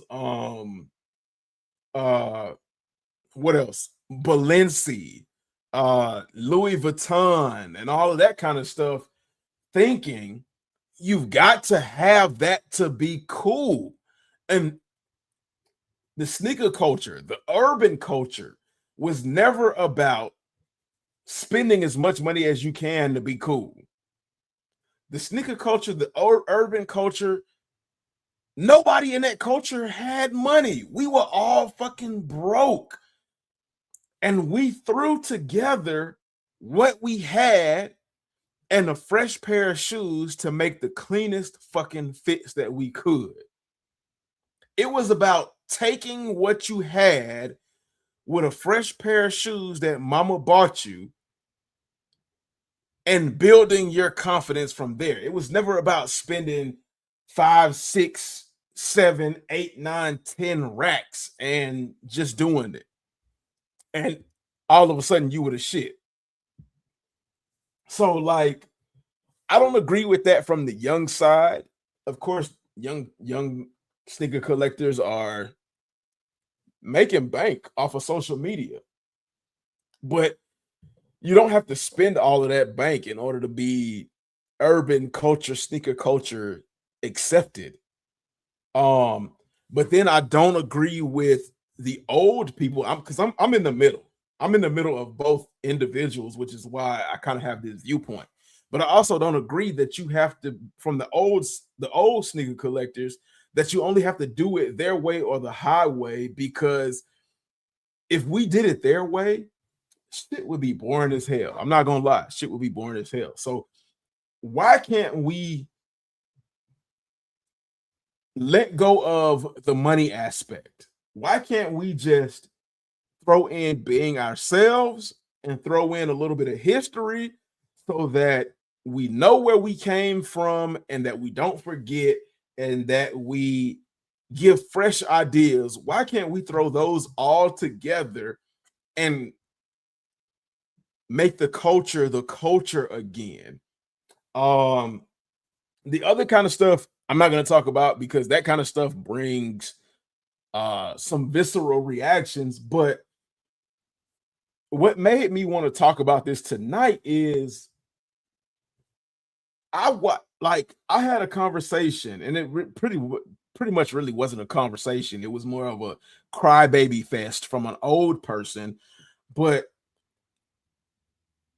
I watched a old person have a meltdown, and this is just one of them. I watched an old person have a meltdown because they found out that the Virgil Abloh, and which is also what made me talk about the Virgil Abloh archive Jordan 1s, but they found out the Virgil Abloh archive Jordan 1s was not an off-white shoe. And because they found out it wasn't an off-white shoe, they were like, it took me till I got older to realize that these are not and this is exactly what they said. They said this on Facebook. And after I had the conversation with them, they since deleted their post. And I'll try to paraphrase the conversation I had with them and, go down the timeline to the important parts. But they said, I had to get older to realize that the Virgil Abloh archive Jordan 1s are not even off whites, so that these are really trash and they're not really that good. So one thing I questioned was, you had to get older to realize something that doesn't even really fucking matter. If the whole point is you like the shoe, because I thought that when it came to old heads, you all liked the shoe for the shoe and not for the hype. So basically, you liked the off-white look because it was off-white and it had to do with Virgil Abloh. But then you find out that it has nothing to do with off-white, but you didn't do enough research to find out that off-white is no longer owned by Virgil Abloh or the Virgil Abloh family, that the Virgil Abloh archive is owned by the Abloh family. So by your own old motherfucking logic, old motherfucking sneakerhead logic, you shouldn't like off-white. You should like the Virgil Abloh archive, and the shoe should still have value. But then even that's wrong because you're putting value in a name instead of the actual aesthetics of the shoe, which you're a walking contradiction. Not only are you old, but you're a walking contradiction in the fact that old heads are supposed to like the shoe for the shoe, and they're supposed to like it because Jordan wore it. And if you go to the thought process that I like the shoe because Jordan wore it, Jordan ain't wore no damn Virgil Abloh archive Jordan 1s. He wore a Jordan 1, but he didn't wear no off-white Jordan 1. So then you all move the goalpost and you say, well, I like it because I like the silhouette that Jordan wore. No. You like what Jordan wore. So stick to the bread ones.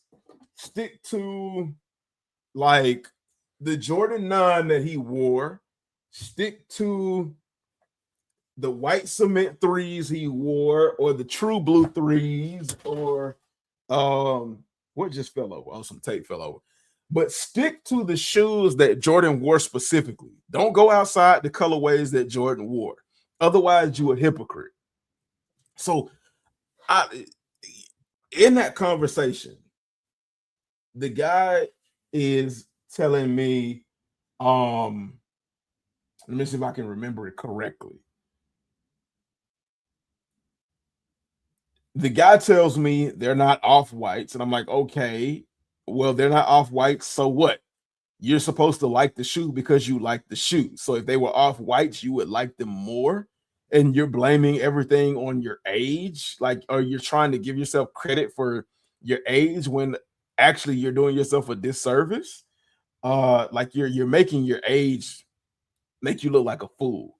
But then he goes to tell me, like on Facebook, you already tag people in their name. So he tags me in my name, and then he calls me by my personal name. Like it tags me in my name, and he goes, so because I asked him, I said, so are you upset at the fact that it's not an off-white? And then he goes, so at my name, I'm supposed to be upset because you say I'm upset, Jay? And I'm like, dude, I never said you were upset. I'm asking a question. And why are you calling me by my name again? Like, that's weird. That is some weird behavior. And I said, you're too old to be playing ignorant, and you're too old to be stupid to the question I'm asking you. Basically, I was testing him to see if he was a real sneaker collector or a sneaker enthusiast, or if he was just an old ass hype beast and he was trying to dance around the question. And then he goes, so now you're talking about my sexuality and whatever. I'm like, no, I'm not talking about your sexuality. I'm talking about what you did, and the way you approached the conversation was weird, and what you're talking about is weird and ignorant, and yada yada yada. So after I do what I normally do, after I, made him look like an idiot, he deleted his post. Hey, either he deleted his post or he blocked me. One of the two, because I can't see his post anymore. But it is what it is, man. Like, he's one example of an old head that just does not need to be in the culture. Other old heads, I've had arguments with other old dudes about just the dumbest shit when it comes to sneaker collecting. What is I've had an argument about, like, you're not a Jordan fan if you never watched Jordan play. Like, what are you talking about? Like, you can be a fan of a shoe and not see the athlete play. Now, I mean, I guess I get it. Like, a lot of people's infatuation with a shoe comes from seeing whoever it's attached to. But hear me out. Think about this. Maybe, just maybe, there's a possibility that there's somebody out there in the world that can say, fuck who's attached to it. I like the shoe. Because the way I look at it, if the individual that's attached to the shoe is the only reason you're buying the shoe, then you don't like the shoe. Why are you spending your money on something that you don't really like? It doesn't make sense. These are expensive. All these shoes are expensive, and you don't need multiple pairs, to be honest. If it's I just don't get that thought process. Let me see what y'all have been saying. EQL says analyzing entries. I thought that was the beauty of being a sneakerhead, was for the love of sneakers, period. Facts. Jordan won Alaska's. Yeah. Okay. It says, and I fell into that trap where I thought I needed retros, but when I started, I was just buying the sneakers that I loved and found myself getting away from that. And a lot of people do that. And this is the thought process, like, because we see on social media the very thing that is popular is Jordans. We might not even like the damn shoe, but we'll buy it because we want to be with the in crowd. And that was never what the culture and sneaker collecting was about. It was never about being with the in crowd. It was always about your flavor and expressing yourself. And there were people that liked your flavor, or there weren't people that liked your flavor. But either way, everybody respected everybody. Now, of course, people had their opinions and their thought processes on everything, and that comes with life. Judgment comes with life, but it was about what you liked. That's what makes this culture incredible and unique. I might be like, oh yeah, I don't like those damn New Balances you like. But who gives a shit? I don't like them, but I respect you for doing your thing. If you just focus on the fact that I don't like them, who gives a shit? Because where I don't like the particular New Balance or colorway or whatever, somebody else might come along and be like, oh, I fuck with those. I love those. And you might build your own subculture of people who like just collecting New Balances or whatever. And don't get me wrong, if you just like collecting one thing, there's nothing wrong with that. Be who you are, but don't let other people influence or heavily, because we're all going to let people influence us to a certain degree, but don't let people heavily influence who you are as a person. The whole point is to be who you are and express yourself. But yeah, a lot of people fall into that trap and then end up with resentment or hate for Jordans and the sneaker culture. Right, you like what you like, no matter the shoe or the brand. Absolutely. Oh, dang, Saga Patel, man, you already spent the 650. Dang, look, okay. Players mess up all the time. But take this live, subscribe to the channel, follow the social media platforms and the link in the descriptions down below, and use this as a opportunity to grow, man. Outgrow. Let these resellers and let GOAT and StockX know that they don't control the market that we do. Your average sneaker guy said, I was never a Jordan guy and somehow got brainwashed into believing Jordans made you official and legit. I think we've all been there. Dang, my God, 650 facts. That 650 is crazy. I don't think you necessarily have to know the history of the sneakers, because me personally, I never cared about the history of a sneaker, because that doesn't move me to either want the sneaker or not. Absolutely. You don't have to know about the history of the sneakers.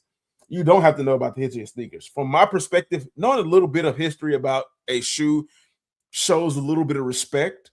But if we're breaking it down to the bare bones of the sneaker culture, liking the sneaker just because you like the sneaker makes you a sneaker enthusiast. If you like it because you like it, and you start a collection based on the fact that you like sneakers in many different silhouettes and things like that, that makes you a sneaker enthusiast. It gives you grounds to say that you have a place in the community. Now you speaking facts on that. We was broke and made what we had cool. Facts. Yep, and the outfit started with the shoes. Hell, the outfit was the shoe. Facts. But to their offense, we are in a different time as well. So this is their lane. So I can't fault them for that either, though. These kids have way more resources than what we do. They absolutely do have. Hey, kids, get y'all coins, because life ain't getting no easier. And the price of things is going up. So get your money. How you gonna get it? Don't rob or hurt anybody or anything like that, but get your money and spend it how you want to spend it. But just to let everybody out there know, the urban culture, the sneaker culture was never about how much money you could spend. It was about you working with what you had and putting your flavor, your spin on it, and being who you are. It was about individuality. This generation got lucky to have everything we didn't have back then. That's true, but like every generation that comes after is more lucky than the generation before that, because we could say my generation, your generation, we're lucky than like our parents and our grandparents because we had more than them.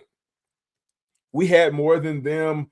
The opportunities have been greater than their opportunities, so on and so forth. So, I mean, although that is true, we got to look at, the opportunities that we've had ourselves. Today's prices aren't yesterday's prices, and that's facts. But when it comes to resale, we can make yesterday's prices or today's prices the prices that we want them to be. Point blank, period. That is what it is, man. That is one thing in our lives that we can control, but we got to try to get on one accord in large numbers, and that's the toughest part of it, getting on one accord in large numbers. But like I said, with the old heads, I've had many disagreements and many battles that I just did not see. Like, I found myself saying, what's the fucking point of this? What do you have to gain out of this? Where are you going with this? And I don't like it. I don't like it. I don't like it at all. I don't like it at all. It doesn't make sense.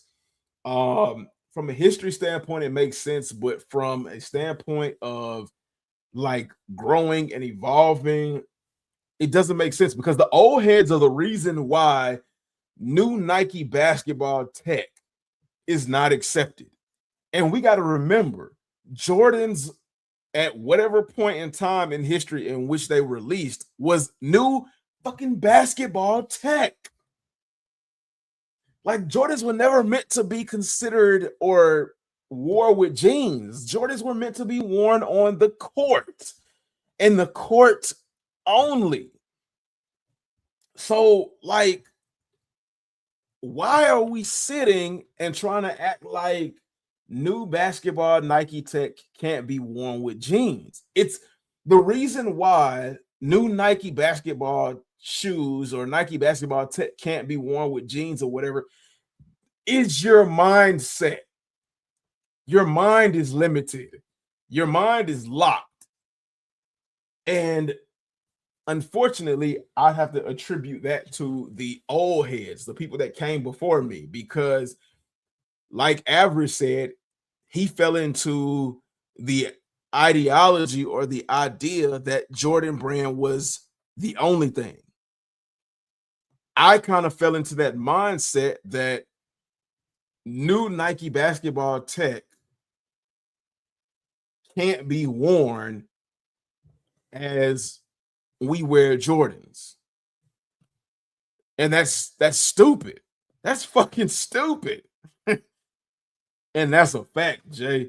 Thank you. Been preaching that. Air Jordan always had the best tech and was made for basketball, period. So, like, there are shoes that are made for casual wear, but a lot of times we don't highlight, glorify, or put in the spotlight those shoes because we don't like them. We don't like them. If we look at this one, and I'll keep showing this one, the Air Max 95. This is not made for casual wear. Despite what you want to believe, this is not a casual shoe. This is a runner. And when I say casual lifestyle shoe, this is not made to walk everywhere and wear all day. This is a runner shoe. This is made for running. This shoe right here, the Air Max 270. I know it's a Travis Scott, but the Nike React 270. This is another running shoe. What else? A shoe like this one. This is a basketball shoe. This is a basketball shoe. You know the difference in application between, you want to know the difference between this shoe and this shoe beyond the age or the era in which they were made in is the look. That's all. Both of these shoes were made for the basketball court. These were never made to be worn as lifestyle, what we call lifestyle now, but casual shoes. It just never was meant for that. Nike SBs. Let me see if I can grab an SB for y'all. And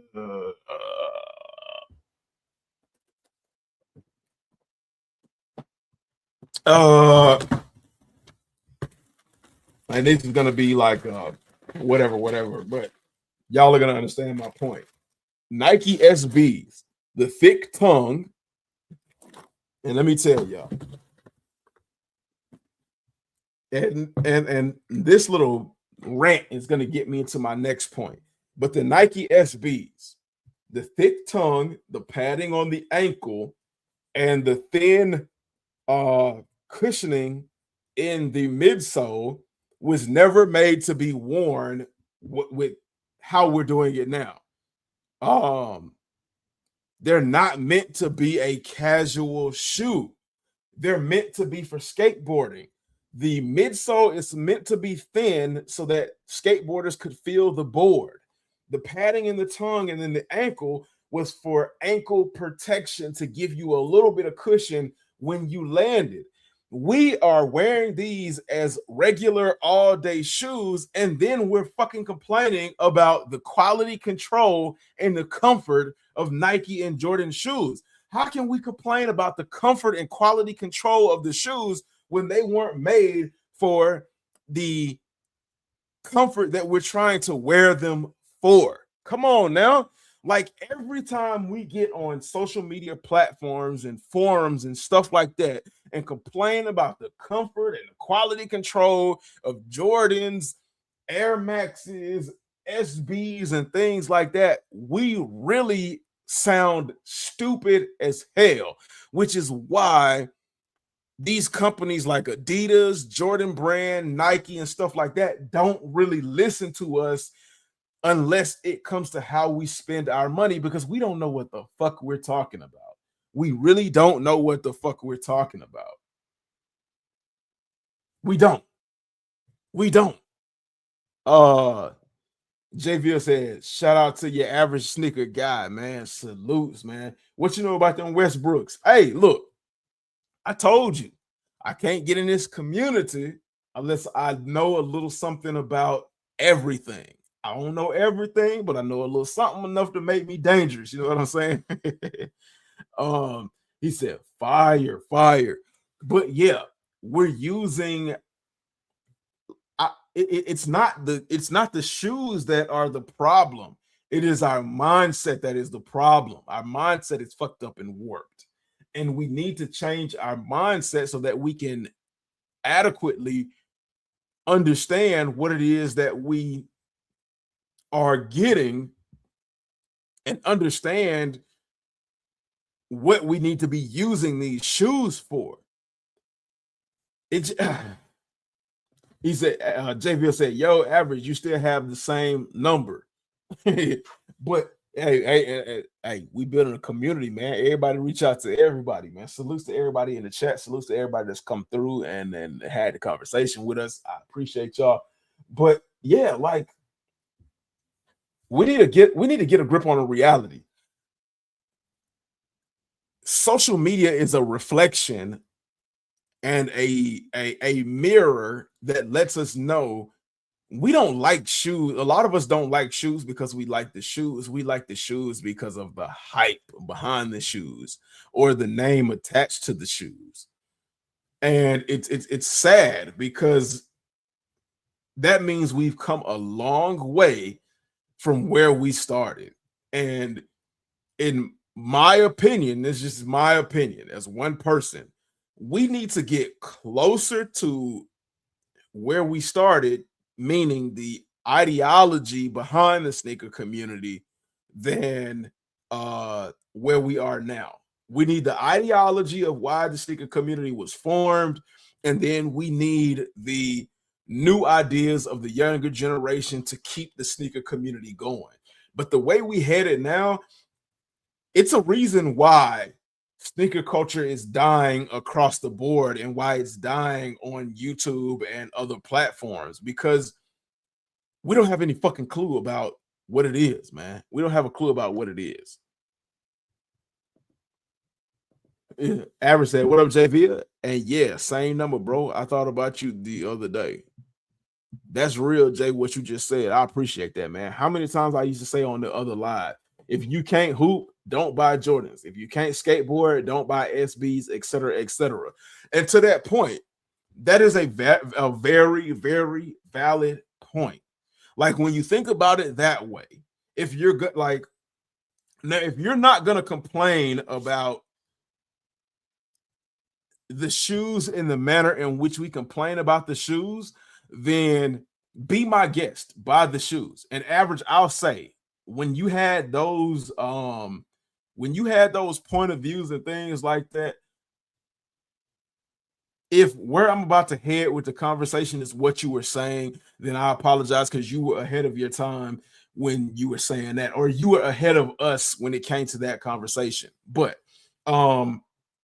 if you're gonna buy these shoes and complain about things like comfort and other things like that, then you're buying the shoes for the wrong reason, and you might as well buy the shoes for the purpose that they were intended for.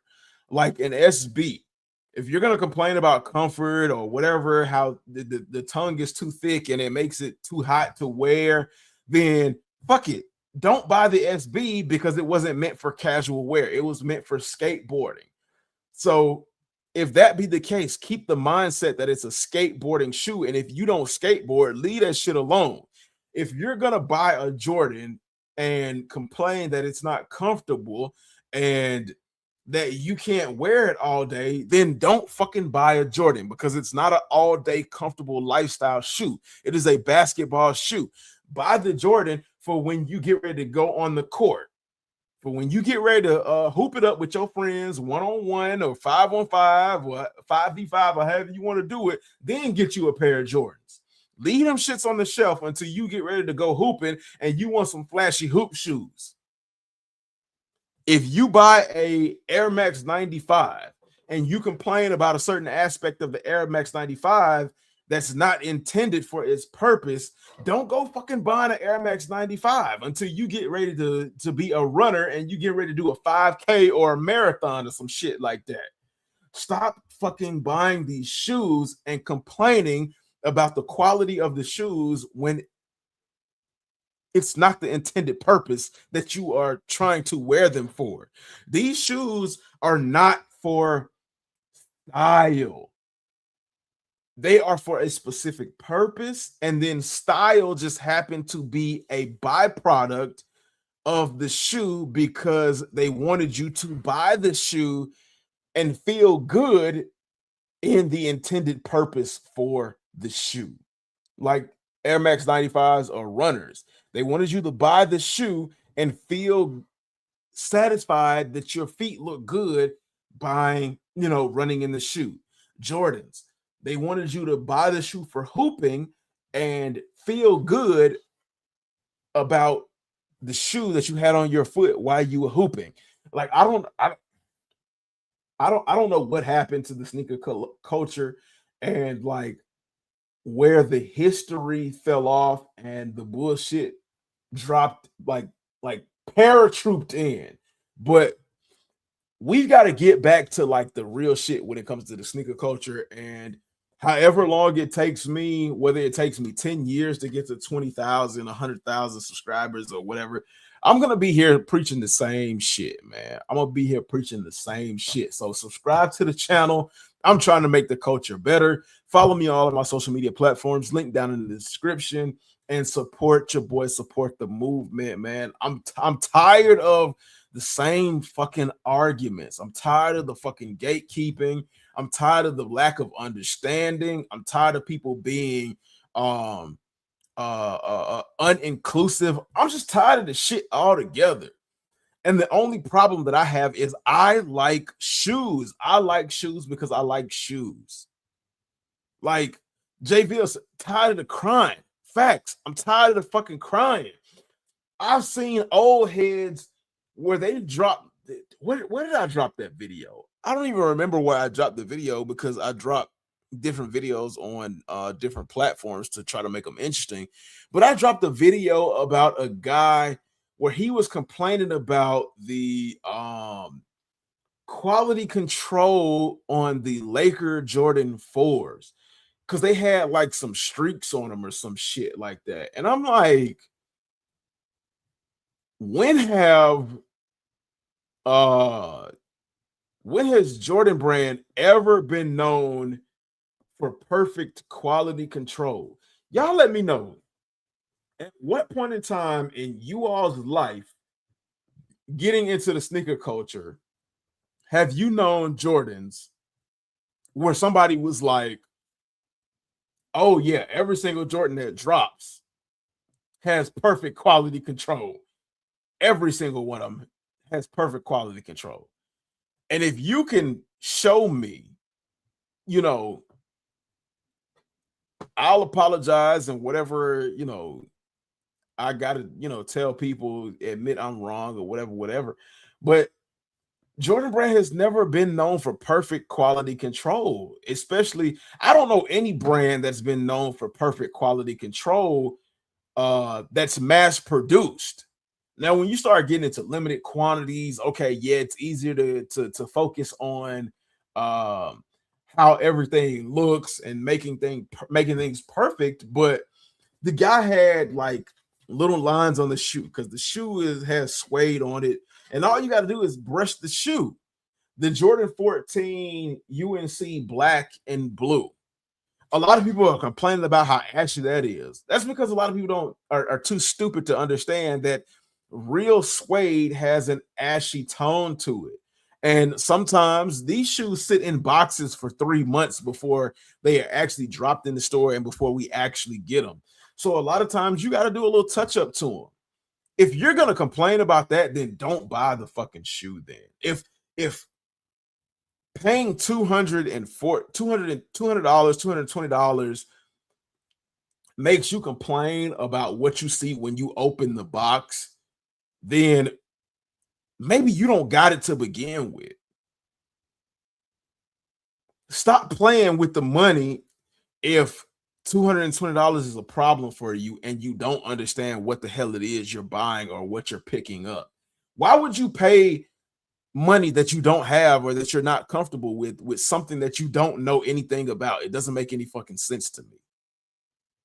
I don't understand what the thought process is. But yeah, the guy went on like a 3 or 4 minute rant about the Jordan 4 Lakers and how Jordan Brand needed to do better with the quality control and yada yada yada. Man, when the fuck is Jordan Brand ever did perfect with the quality control? What the fuck are we talking about here? And like if I can find that video, I will post it to, I don't know what platform I'll post it to. So you all click those links down below and follow the social media account so you all can see what I'm talking about. Because the dude was just ridiculous on his rant about the shoe. And I've been wanting to post that video for a while because I've had my thoughts and opinions about that shoe. But yeah, I get so tired of old people complaining about something. And as an old person, you should know better. You've been in the game long enough to see and long enough to understand. And JVL said, then they're then they're crying, my feet hurt because they wear them all day, laughing my ass off. Facts, man. Me too, Jay. I'm tired of all the bullshit. Right.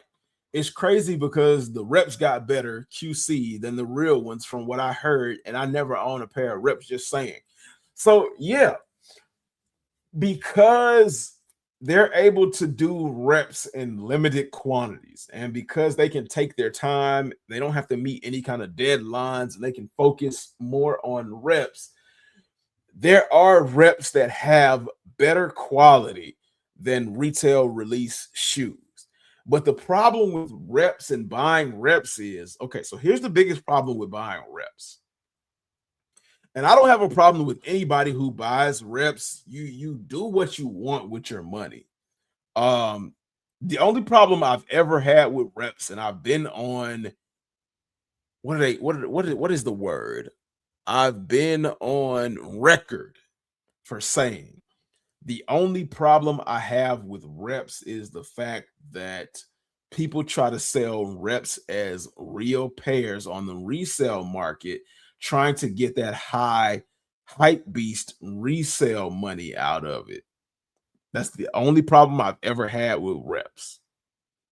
And then the only other problem I have with reps is when people in the rep community lie and they say that they get reps because they like the shoe and they want the shoe.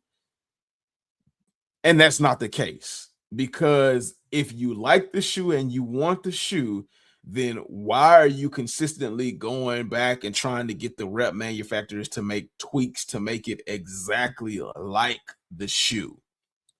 So, there are some fucked up things about the rep community and some fallacies in there, but for the most part, man, like, I don't give a fuck what you do with your money. Just don't fuck with, you know, my money. Just don't fuck with my money. That's all I gotta say. Don't fuck with my money and we good. But um the rep manufacturers have an ability to focus more on the quality than these major retail companies, because they're under the gun of meeting guidelines and things like that. Even though I don't understand why they feel like they're under the gun of meeting um like date deadlines, because people are gonna buy them anyway. We've already bought into the Kool-Aid of they bullshit, so we're gonna buy them anyway. So you might as well take your time. Which is why I think they're starting to do pre-orders now, and I don't really like pre-orders. And maybe Friday I'll talk about why I don't like pre-orders. I don't like the idea of pre-orders because there's a really dark side to it, and pre-orders take away from the sneaker culture, but they add a lot to the culture. I mean, they add something to the culture, but they take away from the culture, and it pre-orders only are good for the company. The majority of it swings like a 70-30 kind of way for me. Pre-orders only work out for the company because the companies don't have to worry about serious strict deadlines, but at the same time, like, yeah, I mean, we'll talk about that Friday.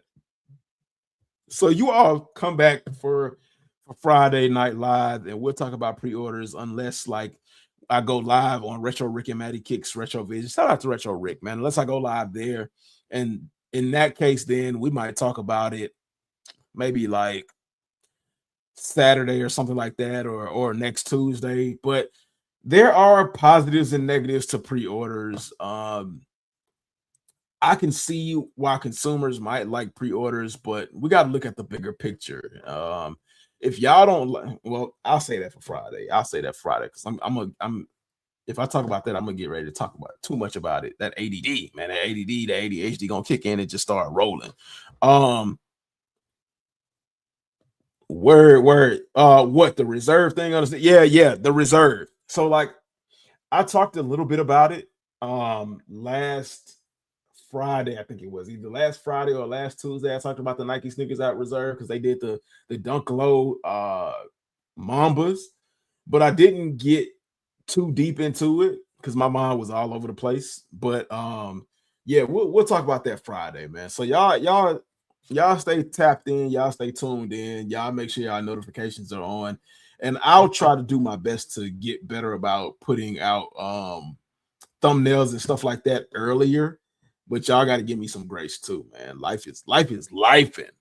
But I see when I put a thumbnail out a day early and put like scheduled the live the day before, y'all showed up better than when I just drop it on the day of. So, but yeah. Reps. One of the problems with reps is when you, number one, whether they want to admit it or not, they are paying resale for reps. That's one, like if one of the biggest arguments, whether it be retail or reps, is resale. We don't like paying resale. If we don't like paying resale for authorized shoes, why the fuck would you pay resale for fake shoes? Because for 100% certainty, I don't care who sees this live and wants to argue against it. I'm telling you, you don't know what the fuck you're talking about, because I do my research before I get up and I say any fucking thing. Now, sometimes things might need to be adjusted and things like that, but I do my research. I don't just talk out of my ass. But 100% without a doubt, anybody in America, if you're buying reps, you're paying resale. I don't care how the fuck you want to look at it. I don't care how you want to quantify it. You're paying resale, whether it's cheaper resale than what people who are looking for retail pairs pay, whatever, what have you. That is not the argument. The argument is you hate paying resale. You're paying resale for reps, which makes you just as dumb as the people who are paying resale for retail pairs. Now that that's out of the way, feel how you want to feel about it. Argue with your mammy, because guaranteed the people in Japan, China, Singapore are not paying the price for reps that we are paying in the United States. They look at people in the United States as a cash cow. We got money. He got money. Give him everything. That's how they look at us, and they charge us in that manner. And then on top of that, not only are you paying resale, but because of the current state of affairs in the Western culture with tariffs, you're paying tariffs on fucking fake shoes. I don't care if they tell you they're going to give you free shipping. Guess what? When you pay that price in those fake shoes, well, they might say they're giving you free shipping. They've included the price of the tariff in the cost of the shoe. So not only are you paying resale, but you're paying tariffs for fake shoes. I don't give a fuck what you say. Argue with your mammy. All y'all old motherfuckers and all y'all young people that have bought into the Kool-Aid and the false reality of what they're telling you about reps because they are cheaper than retail pairs or cheaper than paying resale. I don't give a fuck about that. It is what it is. At the end of the day, you're paying resale. You're getting duped. You're all getting your asses handed to you. And you're not even getting it. You're not even getting it done with a blindfold on. You're getting it done with your eyes wide open, and they're telling you the shit that they're doing to you. And you're saying, you're bending over. You're saying, okay, here you go. Here you go. Under a false ideology, under a false mindset. Okay, cool. But when you're giving them your money, you're running the risk of having to argue with your banks if they don't give you the shoes. If they, number one, a lot of times people are getting scammed paying for fake shoes. A lot of times people aren't getting the quality of shoes that they see online for fake shoes, and they're not getting their money. Why would I want to go through that stress, strain, and headache of possibly not getting my shoes or having my bank account hacked for some fucking fake shoes? Come on now. Why would I want to go through that? It's crazy. It's crazy. All to save a couple dollars. All to save a couple dollars. And I mean, say what you want to say. I understand your perspective, and I understand the points that you all have when it comes to fake shoes. But when it comes to me and mine, when it comes to my money, I don't play about my money. I'm willing to beat somebody's ass for my money. It said, you know, somebody about to clip this. You know, them rep folks be lurking. Hey, facts. I don't look. They be lurking. I don't give a fuck. Lurk all you want to. You can lurk until your eyes get fucking dry. I said what the fuck I said. I don't care. Hey, anybody who's lurking or watching, send it to their asses. They can fucking say what they want to say. Rats and snakes, motherfuckers don't say shit to me directly. It is what it is. I ain't necessarily talking about nobody in particular. Hey, maybe when I said that last little piece, but I mean, I'm not calling anybody out, because if I was calling anybody out, I would call them out. But if from my experience, old motherfuckers have given me problems when it comes to this subject, and fuck, niggas want to be rats and snakes and hide in the grass. Well, I keep my grass cut low. And if you want to say something about me and you don't want to say it to me directly, I don't give a fuck. And if you want to say it to me directly, come to my channel. Hey, fuck it. We can have a conversation. My channel is always open. Come in. Come on now. Yo, you sounded like Samuel Jackson for real, for real. Come on now. I'm sick of these motherfucking lies about these motherfucking shoes. And from the retail side, I'm sick of fucking lies, man. I just want to collect shoes, buy what I like, get the understood usual criticism, but I don't want to be gatekept, man. I don't want to hear bullshit. Like, if you tell me, oh man, I don't like your fucking collection because it's some shit that I just don't like. Okay, well, fuck you too then. Okay, that's fine. But if you come to me and say, I don't like your collection because you don't have enough Jordans in your collection for me, man, shut your old ass up, man. Nobody want to hear that shit no more. Or your collection ain't valid because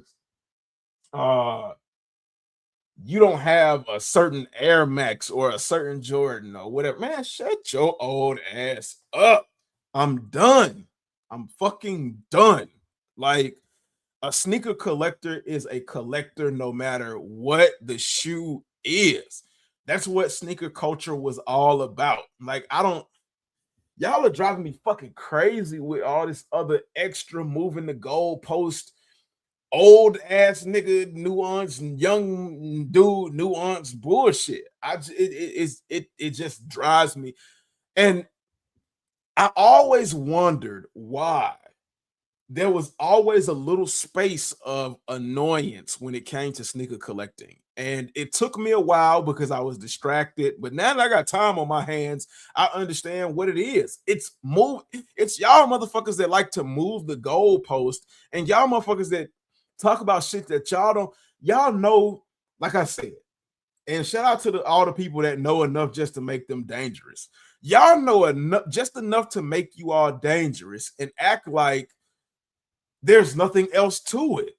If you want to learn enough to make you dangerous, understand that there's more information out there and you all should just be learning it. I'm just here because I like shoes. At the end of the day, all just shoes. Facts, man, facts. Jamie. Who would have thought shoes would bring this much drama? Old heads, OGs, reps, retails, resellers, YNs. Dang, boy, shoes. Right. I don't like, and I try to stay out of as much drama as possible. And if you all follow me, it's like I'm gonna be 100% real. If you follow me on my IG, okay, so when I started doing sneaker YouTube and collecting and getting into the culture, I saw like the drama that the old heads brought, like with like the what's the big dude name? What's the big black dude?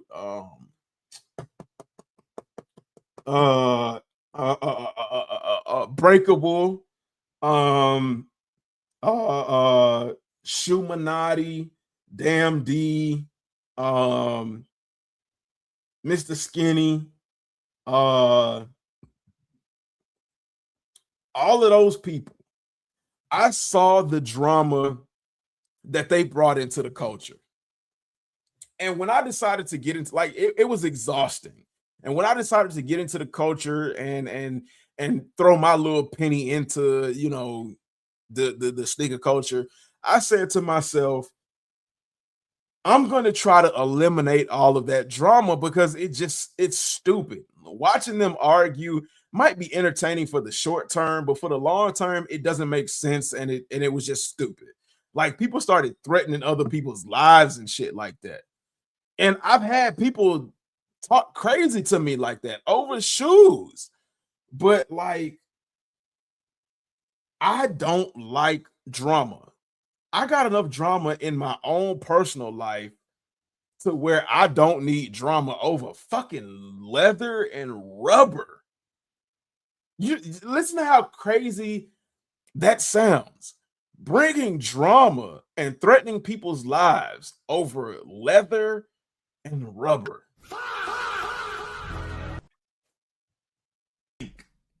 This shit is crazy as fuck, nigga.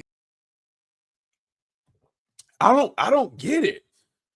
I don't understand how something like that is even a thing. And like I said, it's really because of old sneaker heads, which is why I call myself the sneaker enthusiast. SE, sneaker enthusiast. And I want that term to go viral and fly from now on. If you tired of the bullshit, if you tired of like the old way of thinking, and you tired of the capitalist way of thinking, start calling yourself a sneaker enthusiast, man. Start you know, like hashtag SE sneaker enthusiast on all of your posts. I'm gonna start doing videos about that stuff. I'm not big enough in my head.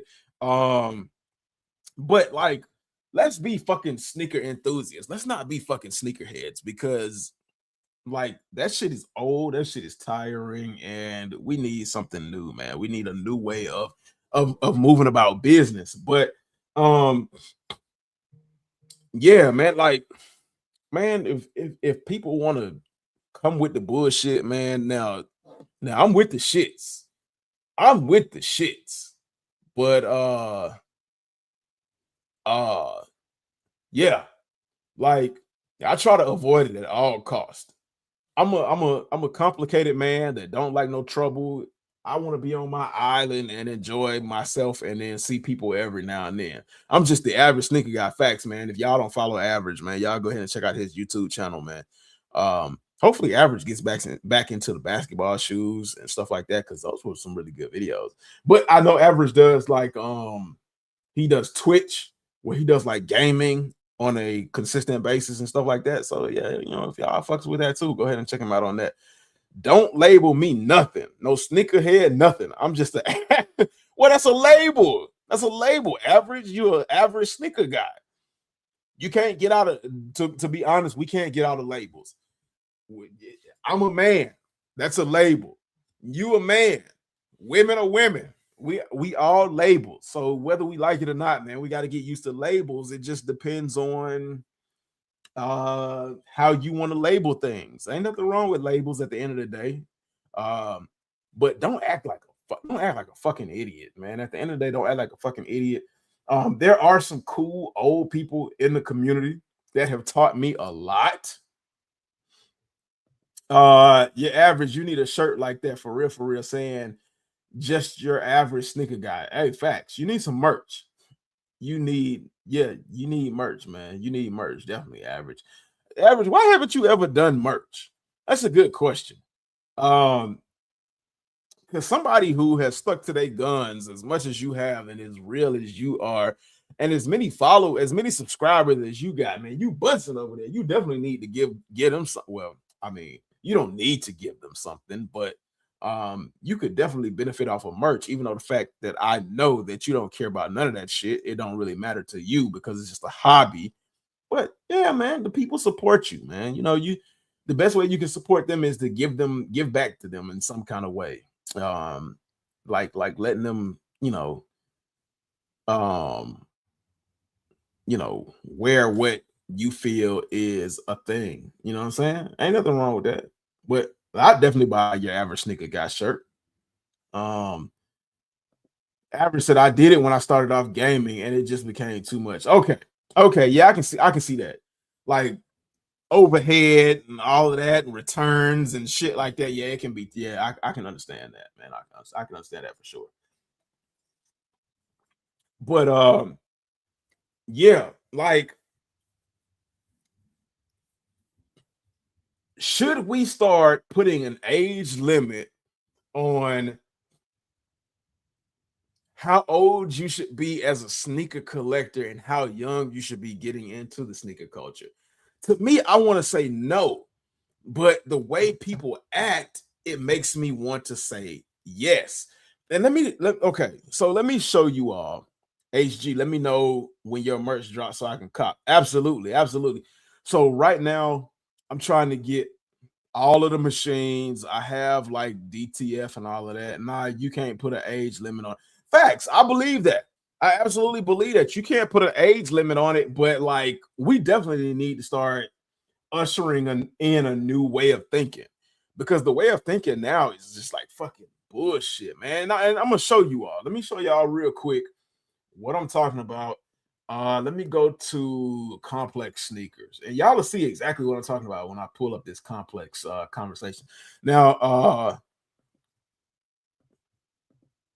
some of y'all know who this dude is, and some of y'all don't know who this dude is. If it wasn't for social media, I wouldn't know who this dude is. And even though I do know who this dude is, to be honest, I don't give a shit. JV said, hell no, it shouldn't be an age limit on sneaker collecting. And I agree with you all 100%. But it's just like it's just the mindset that just drives me fucking crazy, y'all. I kid you not.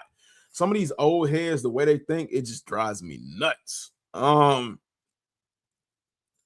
the way they come at you, and approach you and try to keep you and try to drag you down and keep you in some of the same stupid fucking conversations and shit like that. That's what pisses me off. And I'm always, willing to speak my mind and say, what it is or what it is. But Michael Rainey, I think Michael Rainey is the dude that like was on like Power or something like that. I don't know, man. I don't know. And click the Amazon link down in let me see. I'm gonna say that before I show this. Click the link down in the description below. Amazon, buy the water bottle, keeps your water cold for 30 hours, keeps your soups and stuff like that, and your teas hot for 12 hours. It works, man. I've been using this for like 3 weeks and I love it. I leave it down here. I pour my cold water in here. I leave it downstairs when I don't finish it. And 2 days later, the water is still cold, man. The water is still fucking cold.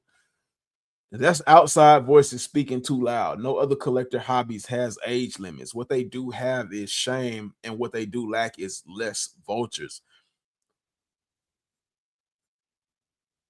That's kind of true. That's kind of true. Hell, I was reading JVL's comment, hell no, when I said that, but hell, that is kind of true. Shout out to Kari. If y'all don't know, Gig 8 is Kari, man. Check him out on the Sneaker Hub podcast. Him and Hugh and I forgot. Bakari, put the link to the sneaker. What is it? The 12 Sneaker Hub podcast or the Sneaker Hub 12. Put whatever the fuck. Hey, I'm sorry. My mind is all over the place and I can't remember shit right now. But put the link to the podcast or put the name of the podcast in the chat so everybody can follow you all on there. Another guy, shit, fuck it. I'm finna shout out some really good content creators really quickly because Christy Gnome's husband was living. Shut up. This guy right here, Matt Freight Creates. You all check him out too. He has a really incredible sneaker channel, and it's more so of a think tank. really smooth conversation, really in-depth way of putting things. He puts things out in the way that I wish that my mind could focus on and do. But because I got so much going on in this crazy brain of mine, it makes it very difficult to focus in this manner. But really good dude.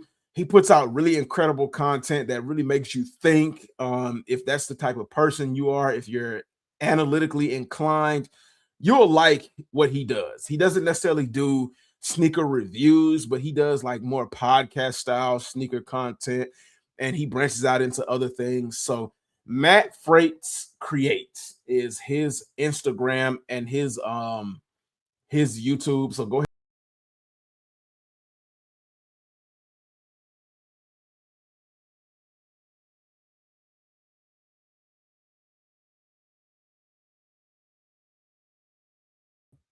As I kick myself out the studio, damn, real smooth, HG, real freaking smooth. This is why I need a live podcast partner, so I don't do shit like that. He said, Carter said, gotcha. I appreciate the shout out. Salutes to the guys, Hugh and Drew. That's who it is. Hugh and Drew. Shout outs to them, man. My brother Matt, he puts thought and quality behind his content. He knows how to spark a convo. Facts. That's facts. Salute to Giganator. But yeah, that's one of the spotlights that I want to put out. And maybe I'll start doing like content creator spotlights, some that I heavily follow and are currently on my mind. But let's be known sneaker complex. Going back to this dude right here, Michael Rainey Jr. says Team Jordans are no go for him. Let's see what he got to say, man. Because if I gotta be honest, if I gotta be I can't just rant with what I ranted about and then be a hater on all Team Jordans as a whole. Because as a matter of fact, the Team Jordan they showed, I had a pair as a kid and I liked them. And Jordan wore Team Jordans. So for all of y'all old heads that be like, yeah, I don't like it because it's the great value of the Jordans, and Jordan, they never wore that. Use a damn lie. Stop teaching these young kids, like these young dudes like Michael Rainey here, to hate Team Jordans for no reason, to hate mids for no reason. Jordan wore mids. What the fuck are we talking about? I'm done with all of that. I'm done with all that. But let's see what he got. Well, you could be the best woman in the planet. You wear Team Jordans? Out of here. I'm sorry. It sounds crazy, but it shows a lot about your decision making. Exactly. Let me show you. Let me see. Because I think I muted it. But you could be the best woman in the planet. You wear Team Jordans? Out of here. Wait a minute. I had to pause that. Wait a minute. I had to pause that really quickly because This shit is crazy as fuck, nigga. Brother, did you just say you could be the best woman on the planet? Okay, because we're gonna sidetrack a little bit. Did you just say you could be the best woman on the planet, but if you wear Team Jordans, you out of there? So you would rather have skanks, skeezers, scalawags, gold diggers, rats, bricks, booger wolves. You would rather have all of that because they don't wear Team Jordans. But if a woman came up to you and she loves you for who you are, she loves you for the ups and downs that you are as a person, she loves you whether you rich or broke, she gonna be there for you no matter what. She gonna be there for you through the grind. You gonna pass her up if she got Team Jordans on her feet? Ain't no fucking way, boy. Boy, ain't no way, boy. Boy, ain't no way, boy. Boy, ain't no way, boy. Chat, tell me if I'm crazy. Tell me if I'm crazy. Jumpman pros were outside. He wasn't around. Sheesh. No doubt. Like, there's a photo of Jordan playing in some Jumpmans. And I know Jordan wore them joints right there. Imagine passing on a queen to get a hood booger in a retro and they from DHK.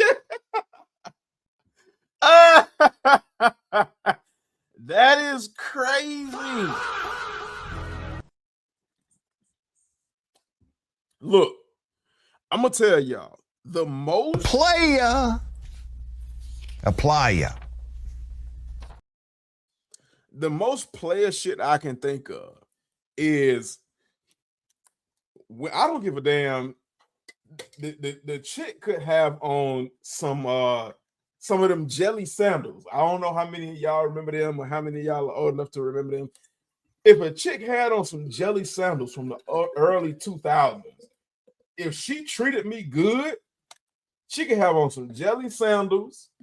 Now, when I say this, we ain't finna go too far and say that I don't have preferences or standards. There's nothing wrong with having preferences. Because I don't necessarily want her in my guesstimate to look like no booger wolf. I don't care what y'all say. If I don't like her, I don't like her. But if everything meets my criteria, and the only thing that I have to judge her on is her shoes, whether or not she got on Team Jordans or regular Jordans. Like, if she treat me good, I don't give a fuck what kind of shoes you got on your feet. I don't care. Look, honestly, I don't care if you got some toe up old ass clothes. If you treat me good and you are what I like, oh, baby, we can fix that. Like, you can keep your Team Jordans, you can get what you like, but best believe I'm gonna put you in what I want to see you in. I'm gonna have you match my fly. And it is what it is. I'm gonna treat you good, you're gonna treat me good, and we here, we in there. But to just like throw away a good woman just because she got on Team Jordans, man, you out your fucking mind. Bro, Jordan Brand's first group of signature athletes wore Team Jordans. He tripping. Facts. LOL. Yep, the jellies. I had the clear ones. Oh my goodness. Not the clear jellies.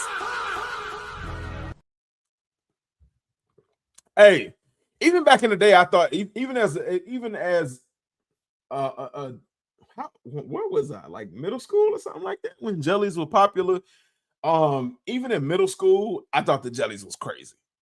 I didn't like the jellies, but if the girl was cute, because back then I was more so like superficial. Yeah.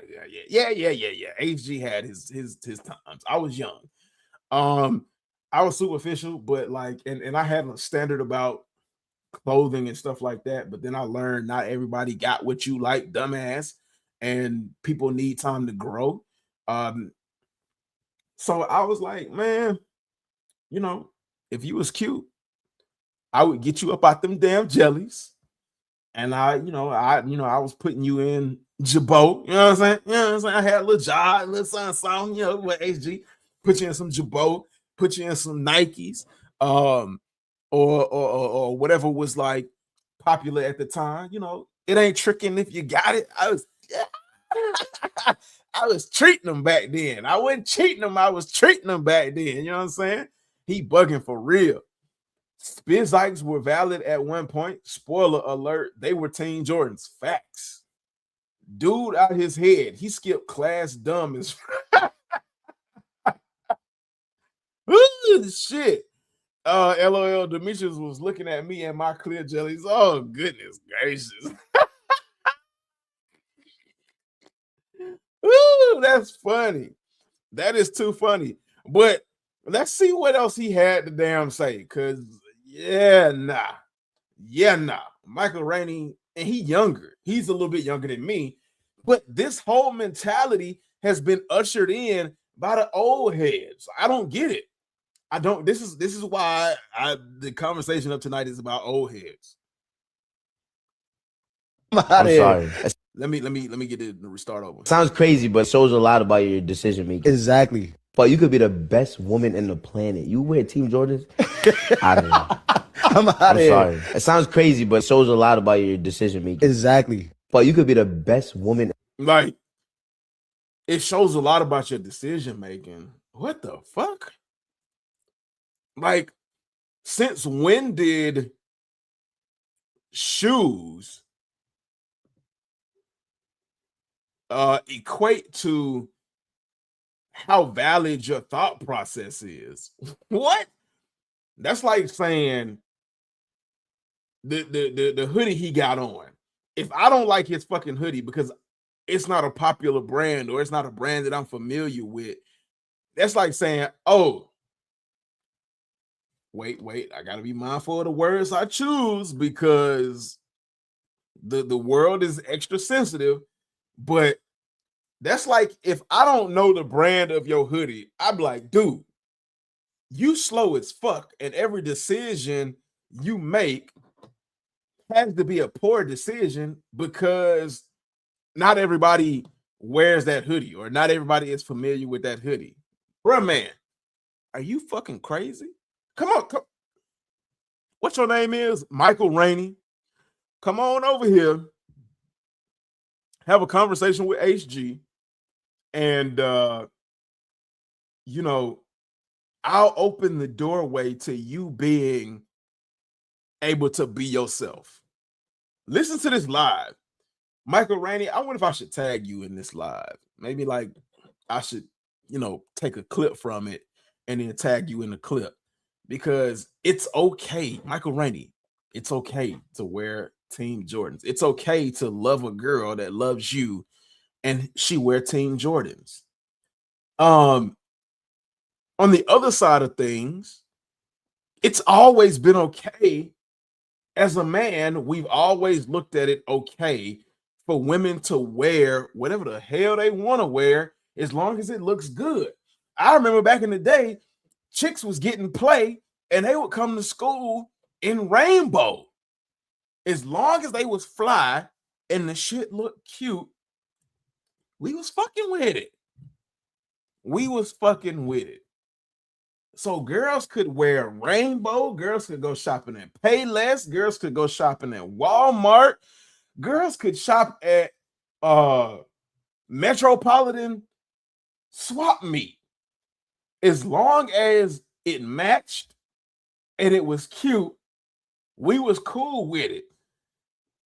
It was the dudes that put the stipulations on themselves as to the stuff had to be branded. So I don't know what the fuck this kid's talking about. How old is Michael Rainey? Hold on, let me see. Let me get on here. How old is Michael Rainey?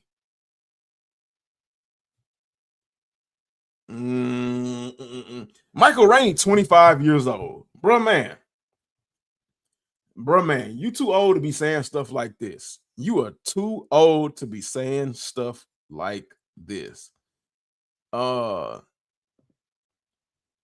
Matt Freights Create said, evening, fam. Heard you had some nice things to say about me tonight. Appreciate you. Shout out to Matt, man. Shout out to Matt. What's going on, man? Tag him. Hey, look. I think I'm going to it probably won't be, y'all might see it this week, y'all might not see it this week, but next week for sure. I'm gonna clip what he said and what I had to say about this, and I'm gonna tag him in this, or somebody clip it for me, man. Play it back, screen record, and tag him in the shit. Cause Michael Rainey, I'm here to tell you right now, brother, I forgot how to zoom in, so you're just gonna have to deal with it how it is, brother. It's okay if the chick love you. That's a weird way to think. If the chick love you and want to take care of you, and you think she attractive, and the only flaw is she got on some Team Jordans, you better cuff her the hell up, man. Do you know how hard it is to find a woman in this day and age, in this culture, especially in the 20 to 30 age range, that actually wants you for you and doesn't want anything but you. You know how freaking hard that is, brother. It's I know you said it's crazy to say. No. Me saying I would pay $230 for some shoes that have been out for 10 years and the high probability of them being reps is higher than it is more than likely of them being real is crazy. What you said is fucking insane and makes me question not their thought process or their ability of decision making. It makes me question your thought process and your ability to make good decisions. Don't, bro, you don't understand. It ain't easy in these streets. I mean, it's easy for you to get women because you know they see you on TV and they think you like super stinking rich. So all kind of women are gonna throw themselves at you. But out of all of those women who thrown themselves at you, how many of those women were actually real and like you for you? You need to step back and think about that, bro. What's good, everyone? You already talked about the Alaska ones. Yes, Ohio. What's good, family? We talked about the Alaska ones earlier. As a matter of fact, that was the first thing we talked about. Now we at the point where we talking about the old heads and it's time for them to go and stuff like that. And should we or should we not put an age restriction on sneaker collecting? Should we incorporate ageism? Because I mean, we kind of do, but should we enforce ageism in sneaker collecting? Ohio, man, I hate to say it, you might have to catch the playback. Maybe I'll start pushing the Tuesday lives to 8 o'clock, but you know, I gotta take care of my lady. Gotta get to my lady, and I gotta get something to eat. But yeah, we talked about that. You might have to catch it during the playback. It's been a great live. But what let's see what the hell, Michael. What did he say anything else? Because I can't imagine there could be any more stupidity other than this, but I absolutely could. Oh, okay, but they showed a list of Team Jordans. I had this one too. Let me show you. Now, I ain't had no 6 rings. I'm not gonna lie to y'all, I like the laser 4s. But I'm not gonna cap to y'all. Like them joints right there. I had them as a kid too. And I remember when I got them. I don't know if they were too big or what, but my mom, when I got these, I didn't care whether they were Jordans or not.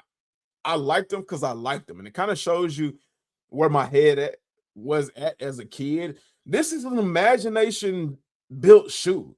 And I got a big imagination now, which is why I have trouble focusing and stuff like that. But as a kid, we're all open-minded and we're all open to things. And I absolutely love this shoe. Now, my mom said it looked like a damn sock. I remember when I first asked her to get me this shoe. She was like, why would you want this shoe? It looks like a big ass leather sock. I was having that argument that all kids have with their parents as to why they need it and they want it. And I was actually trying to convince my mom why I wanted this shoe. Now, if I look at it, hindsight 2020, at my big age, if I look at it now, was it really worth arguing with my mom and having her like, you know, be like, you crazy for wanting this and not seeing the vision and stuff like that? Maybe not maybe it wasn't as now, maybe it's not as worth as much energy as I put into it. But if I said, is it worth me standing up for what I want? Absolutely. It was absolutely 100% worth me standing up for what I wanted and for what I believed in, because that's what that's the building blocks of people. That's what, you know, makes people who they are. But yeah, my mom said it looked like a sock, and it does. It like this whole upper looks like the ankle collar of a sock. And I mean, as an adult, man, it's funny to hear her. It's funny to say that, and it's funny to admit that it looked like a damn sock. But I loved this shoe. I wore it to high heaven. I wore it so much, I gave this shoe a beautiful send off into sneaker heaven. Like I wore it so much, the toe started like turning upwards like that. Like the toe of the shoe had a curve in it like that. Hold on, my shoulder hurt. I can't do that. But I do the other hand. But the toe had a curve in it, and my mama was like, "Do these shoes actually fit?" I'm a kid. I don't damn know if they actually fit or not. I just know that I can get my foot in it and my foot don't slide around and whatever, what have you. And I wanted it. But she said, man, they done turned up like elf shoes and they look like socks. So yeah, mama, you had a point. But at the end of the day, it's what I liked. It's what my imagination pushed me towards, and I loved the shoe. So you didn't waste your money. I actually thought putting on these shoes, I could hoop. I felt cool in them, and that's all that mattered. But yeah, that's a list of some of the shoes that he's talking about: the 6 rings, the laser 4s. The laser 4s are even cool. I don't even understand like why people would hate on the laser 4s, but yeah, Michael Rainey's thought process when it comes to that's more than crazy. That's borderline the R word. And well, no, y'all know what I mean. Y'all know where I'm headed with that. People have been getting pairs of the brick after brick, the Nigel Sylvester brick after bricks. Over what was it? The weekend. I think it was like the weekend or last week, like last Wednesday or Thursday or something like that, over in LA. And here, before I talk about this is one thing that pisses me off. There's more than just okay, so they've gotten outside of Chicago. I'm fine with that. But there's more than just there's more than just New York and LA. There are other major cities more than just New York and LA. Hear me and hear me good, nigga. I'm here to double down. That shit. There are more than just, hear me good. There's more than just New York and LA. I live in one of those cities, Atlanta. Another one is Houston or Dallas, whichever one. Pick one. New Orleans, DC, Baltimore. I think that's how they say it. Baltimore. Some pretty. Well, I don't know how big Baltimore is. I don't know. Maybe I'm doing too much when I say that one. But there are some big cities. Florida. I guess I'll throw Florida in there too. Where you all can do shit like this. I don't know why you all consistently focus on California and New York. That is the dumbest fucking shit. I don't give a shit how big California is. You can still make bank in other cities. Support the other cities and take y'all fucking shit. After y'all done with the other cities showing them love, then take y'all shit to California. Then take y'all shit to New York. Like, Jesus. Jeez Louise. Shit is so annoying. It's another annoying thing about the culture. Nike and Jordan Brand act like there's no other cities. They do. Maybe all the other, okay.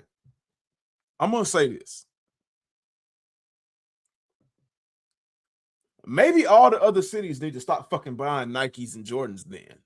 If Nike and Jordan Brand only act like New York, Chicago, and LA exist, maybe those are the only places that they need to just sell them shits to. Maybe everybody else in all of the other 47 states need to say, fuck it. Fuck Nike, fuck Jordan Brand. We ain't gonna buy that shit. Fuck it. I know that's a tall order, but maybe that's what we need to say. Forget it. But yeah. Nigel Sylvester did a release over in LA where he was allowing people to gain access to the Brick After Bricks via a claw machine. There was a long ass line, and that's another ridiculous thing. The long line, like you could have at least let people in there. But they were only so they were only letting people in the building one by one, unless you were a couple. And if they got some music playing, I'm gonna mute it. Because even though I love the other song, oh, I like the way you receive me. Even though I love the songs, YouTube will give you a slap on the wrist. So. Shout out to bruh man for getting the Brick After Bricks going crazy. Meeting Nigel Sylvester. I don't understand. And it's to the point where like Nigel Sylvester is a New York cat and he showed love to New York and everything like that. But California is on the West Coast. You can go to DC. Like, if you somebody need to hire me on Jordan Brand so I can kind of like just fucking hire me. Oh, he didn't get him too fucking bad. Boo-hoo. Tilly winks. Breast milk. You need it. Whatever. But we need stuff like this on places like DC, Atlanta, all those other places I mentioned. They had the Nike sneakers pop up. The Nike sneakers pop up sold out every time they opened up. I don't understand why they wouldn't bring it back to Atlanta. But fuck it. I don't care. Well, I do care, but fuck it. It is what it is. But yeah, Nigel Sylvester is from New York. He could have went to DC. He could have went to Virginia. He could have did an East Coast tour. New York, DC, Virginia, Carolina. Their scene is not as big, but you know, they got a scene. Carolina, Atlanta, Florida. And then you could even though I don't really, man, shout out to my folks from the NO. Even though I don't really fuck with them like that because of New Orleans Saints, because of course I'm a Falcons fan for better or for worse, but New Orleans, like I don't think New Orleans gets any love like that. And New Orleans is like, people go to New Orleans all the time. So, I mean, it's just, oh damn, that's clutch. But yeah, like I just don't understand how you just jump from New York straight to California, LA.